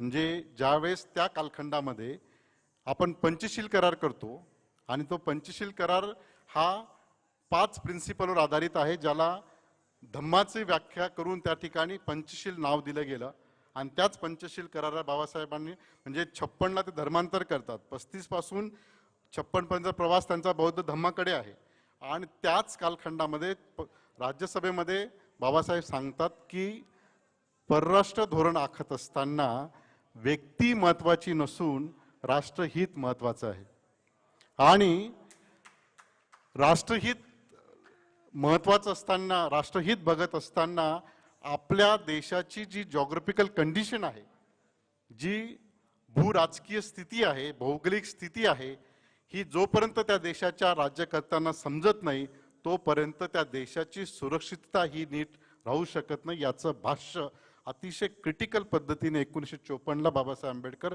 त्या ठिकाणी करतात. परंतु इथल्या संरक्षण विश्लेषकांना, इथल्या धोरणकर्त्यांना, इथल्या राजकीय व्यवस्थेला, इथल्या सामाजिक कार्यकर्त्यांना ते भाषण आज महत्त्वाचं वाटत नाही. परंतु त्या भाषणाकडे जर त्या कालखंडात लक्ष दिलं गेलं असतं तर आज आमच्या सोबत जो चीन, ज्याची आर्थिक प्रगती झाली, जी लष्करी शक्ती त्याची वाढलेली आहे, की जो अमेरिकेला टक्कर देऊ शकतो, तो 1962ला जसं आम्ही पत्त्याचं घर कोलॅप झालं तसं 1962ला चीन बरोबर युद्ध हारलो आणि 1962 ते आज पावेतो जो भारताचा जो लष्करी खर्च आहे तो लष्करी खर्च जर तुम्ही फिगर बघितला गेल्या 2020चा तुम्ही जर 15 देशांचा संरक्षण खर्च बघितला तर ही युद्धखोरी कशी वाढते आहे हे तुमच्या लक्षात आलं. आणि म्हणून या ठिकाणी मला असं वाटतं की बाबासाहेब आंबेडकरांना आपण नीट या परराष्ट्र धोरण किंवा युद्धखोरी किंवा राष्ट्रहित राजकारण अर्थकारण करत असताना संरक्षण संदर्भामध्ये सुद्धा नीट समजून घेतलं पाहिजे. हा जो खर्च आहे गेल्या 2020 मधला एकूण 15 देशांनी जवळपास $1917 बिलियन, म्हणजे $1 म्हणजे 70 रुपये, 1 बिलियन म्हणजे त्याचा तुम्ही हिशोब करा. आणि या 15 देशांमधला जो खर्च आहे, अमेरिका आज सध्या $732 बिलियन खर्च संरक्षणावर खर्च, त्याचं जवळपास टोटल GDPचा 3.4% आहे. त्यानंतर चीन आहे जवळपास त्या ठिकाणी चीनचाही $263 बिलियन एवढा आहे आणि त्याचा जो खर्च आहे तो खर्चही 1.9 आपल्या GDPचा आहे. त्यानंतर रशिया आहे, त्यानंतर भारत आहे. भारताचा जर खर्च बघितला तर $71.1 बिलियन एवढा खर्च आपण संरक्षणावर करतो. आणि एवढा खर्च करूनही आमचे शेजारील जे देश आहेत, मग पाकिस्तान असेल, चीन असेल किंवा शेजारील देश आहेत, याच्या संदर्भातली आमची परराष्ट्र धोरणाची नीट भूमिका नाही. मगाशी म्हटल्याप्रमाणे जसं बाबासाहेब आंबेडकरांनी 54ला जी भूमिका परराष्ट्र धोरणात मांडली तीच भूमिका 1947-48चं भारत पाकिस्तान युद्ध असेल, 1965चं भारत पाकिस्तान युद्ध असेल, 1971चं भारत पाकिस्तान युद्ध असेल, 1999चा कारगिल संघर्ष असेल, आणि उद्या जर कदाचित तिसरं महायुद्ध जर झालं, जसं सॅम्युअल हंटिंग्टन म्हणतात ते क्लास ऑफ सिव्हिलायझेशन च्या संदर्भात म्हणतात, किंवा एंड ऑफ हिस्ट्री असेल, एंड ऑफ जॉग्रफी असेल, जर तिसरं महायुद्ध जर झालं तर तिसरं महायुद्धाचा सोर्स ऑफ कन्फ्लिक्ट हा दक्षिण आशिया असेल. आणि या दक्षिण आशियामधला सर्वात महत्त्वाचा जो सोर्स ऑफ कन्फ्लिक्ट असेल तो भारताची भूमी असेल. आणि या दोन्ही संदर्भामध्ये पाकिस्तानच्या संदर्भामध्ये बाबासाहेब आंबेडकरांची जी भूमिका होती ती नीट समजून घेतली पाहिजे. आमचे मित्र अमोलजींनी खूप छान म्हटलं की लष्करी शक्ती एखाद्या राष्ट्राकडे किती असली, म्हणजे आज अमेरिकेकडे 40 मिनिटात संपूर्ण जगाचा नायनाट करू शकेल एवढ्या पद्धतीची आण्विक शस्त्र आहेत. आणि ती आण्विक शस्त्र 40 मिनिटात संपूर्ण भूमीचा नष्ट करू शकतात एवढ्या पद्धतीचे, त्याला आम्ही वेपन्स ऑफ मास डिस्ट्रक्शन म्हणतो. अशा अमेरिकेला फक्त 10 नॉन स्टेट ॲक्टर्स, 10 दहशतवादी जे त्याला म्हणतात की त्या 10 दहशतवाद्यांनी त्या देशाला नेस्तनाबूत केलं 9/11च्या एका वर्ल्ड ट्रेड सेंटर आणि पेंटागॉनच्या हल्ल्यानंतर. मला असं वाटतं की ही जी युद्धखोरी आहे, भारताची दिशा आहे, हे जसं आपण ज्या पद्धतीने म्हणतो की जोपर्यंत सर्वात महत्त्वाचा शेवटचा व्यक्ती राष्ट्रहिताकडे सर्वांगीण विकासासह पुढे येत नाही तोपर्यंत तो राष्ट्र विकसित होऊ शकत नाही. तो राष्ट्र खऱ्या अर्थाने महासत्ता होऊ शकत नाही. आणि तोच राष्ट्र महासत्ता होऊ शकतो ज्या राष्ट्राला भौगोलिक स्थिती कळते, ज्या राष्ट्राला आपले परराष्ट्र धोरण कळतं. बाबासाहेब आंबेडकरांनी अजून एक सर्वात महत्त्वाचा उल्लेख मांडला होता की भारताला कुठलं स्ट्रॅटेजिक कल्चर नाही. सोनवणे सरांनी पण फार चांगल्या पद्धतीने सुरुवातीला मांडणी केली की भारताला तशी खरं दिशाच नाही. आणि तोच धागा अमोलजींनी मांडला आणि देसाई सरांनी सांगितलं की आत्ताची जे सध्याचं स्थिती जी आहे ती व्यक्ती ही महत्त्वाची. म्हणजे आमचं परराष्ट्र धोरण हे काय होतं, जी व्यक्ती म्हणते बोलते तेच परराष्ट्र धोरण होतं. हे गेल्या 47 पासून तर आज पाहतो दिसत आहे. आणि म्हणून तुम्हाला परत बाबासाहेब नीट समजून घेतले पाहिजे. थॉट्स ऑन पाकिस्तान 40 मध्ये लिहिलं गेलं. मेजॉरिटी ऑफ अँड मायनॉरिटी हा संघर्ष आहे. म्हणजे आज आम्ही 3 युद्धाची भाषा करतो, 65, 71, 47, 48, परंतु हा भारत पाकिस्तान हा संघर्ष हा केवळ भूमीचा संघर्ष नसून तो संघर्ष हा 2 मेजॉरिटी आणि मायनॉरिटीचा संघर्ष आहे. म्हणजे इथल्या बहुसंख्याकांना एक मनामध्ये सल आहे की एकेकाळी आम्ही या अल्पसंख्याकांच्या आधिपत्याखाली राज्य करत होतो, आज आम्ही सत्ताधारी आहोत, आम्ही जे सांगू तेच होऊ शकतं. आणि इथल्या अल्पसंख्याकांच्या मनामध्ये एक भीती आहे की एकेकाळी आम्ही सत्ताधारी होतो, आज आम्ही अल्पसंख्याक आहोत. आणि हाच एक क्रायसिस भारतामध्ये आहेत. आणि म्हणून हैदराबादची कॉर्पोरेशनला सुद्धा तुम्हाला भारताचे पंतप्रधान सह गृहमंत्री तुम्हाला इलेक्शनमध्ये जातात. UP मध्ये मेजॉरिटी मायनॉरिटी हा संघर्ष होतो. या देशाचं दुर्दैव एवढेच आहे की या देशाने बाबासाहेब आंबेडकरांना समजून घेतलं नाही. या देशाने खऱ्या अर्थाने जे संरक्षण विश्लेषक जे आहेत यांनी सुद्धा बाबासाहेब आंबेडकरांकडे दुर्लक्ष केलं आणि त्याची परिणती आज ही युद्धखोरी आणि भारताची दशा आणि दिशा या ठिकाणी दिसते. मला असं वाटतं की संयोजकांनी हा विषय ठेवून खूप महत्त्वाचं काम केलेलं आहे आणि त्या विशेषतः या श्रीराम पवार साहेबांच्या वतीने मी या ठिकाणी मला बोलवलं त्याबद्दल मी आयोजकांचं आणि संयोजकांचं मी सर्वांचा आभार व्यक्त करतो आणि थांबतो. धन्यवाद.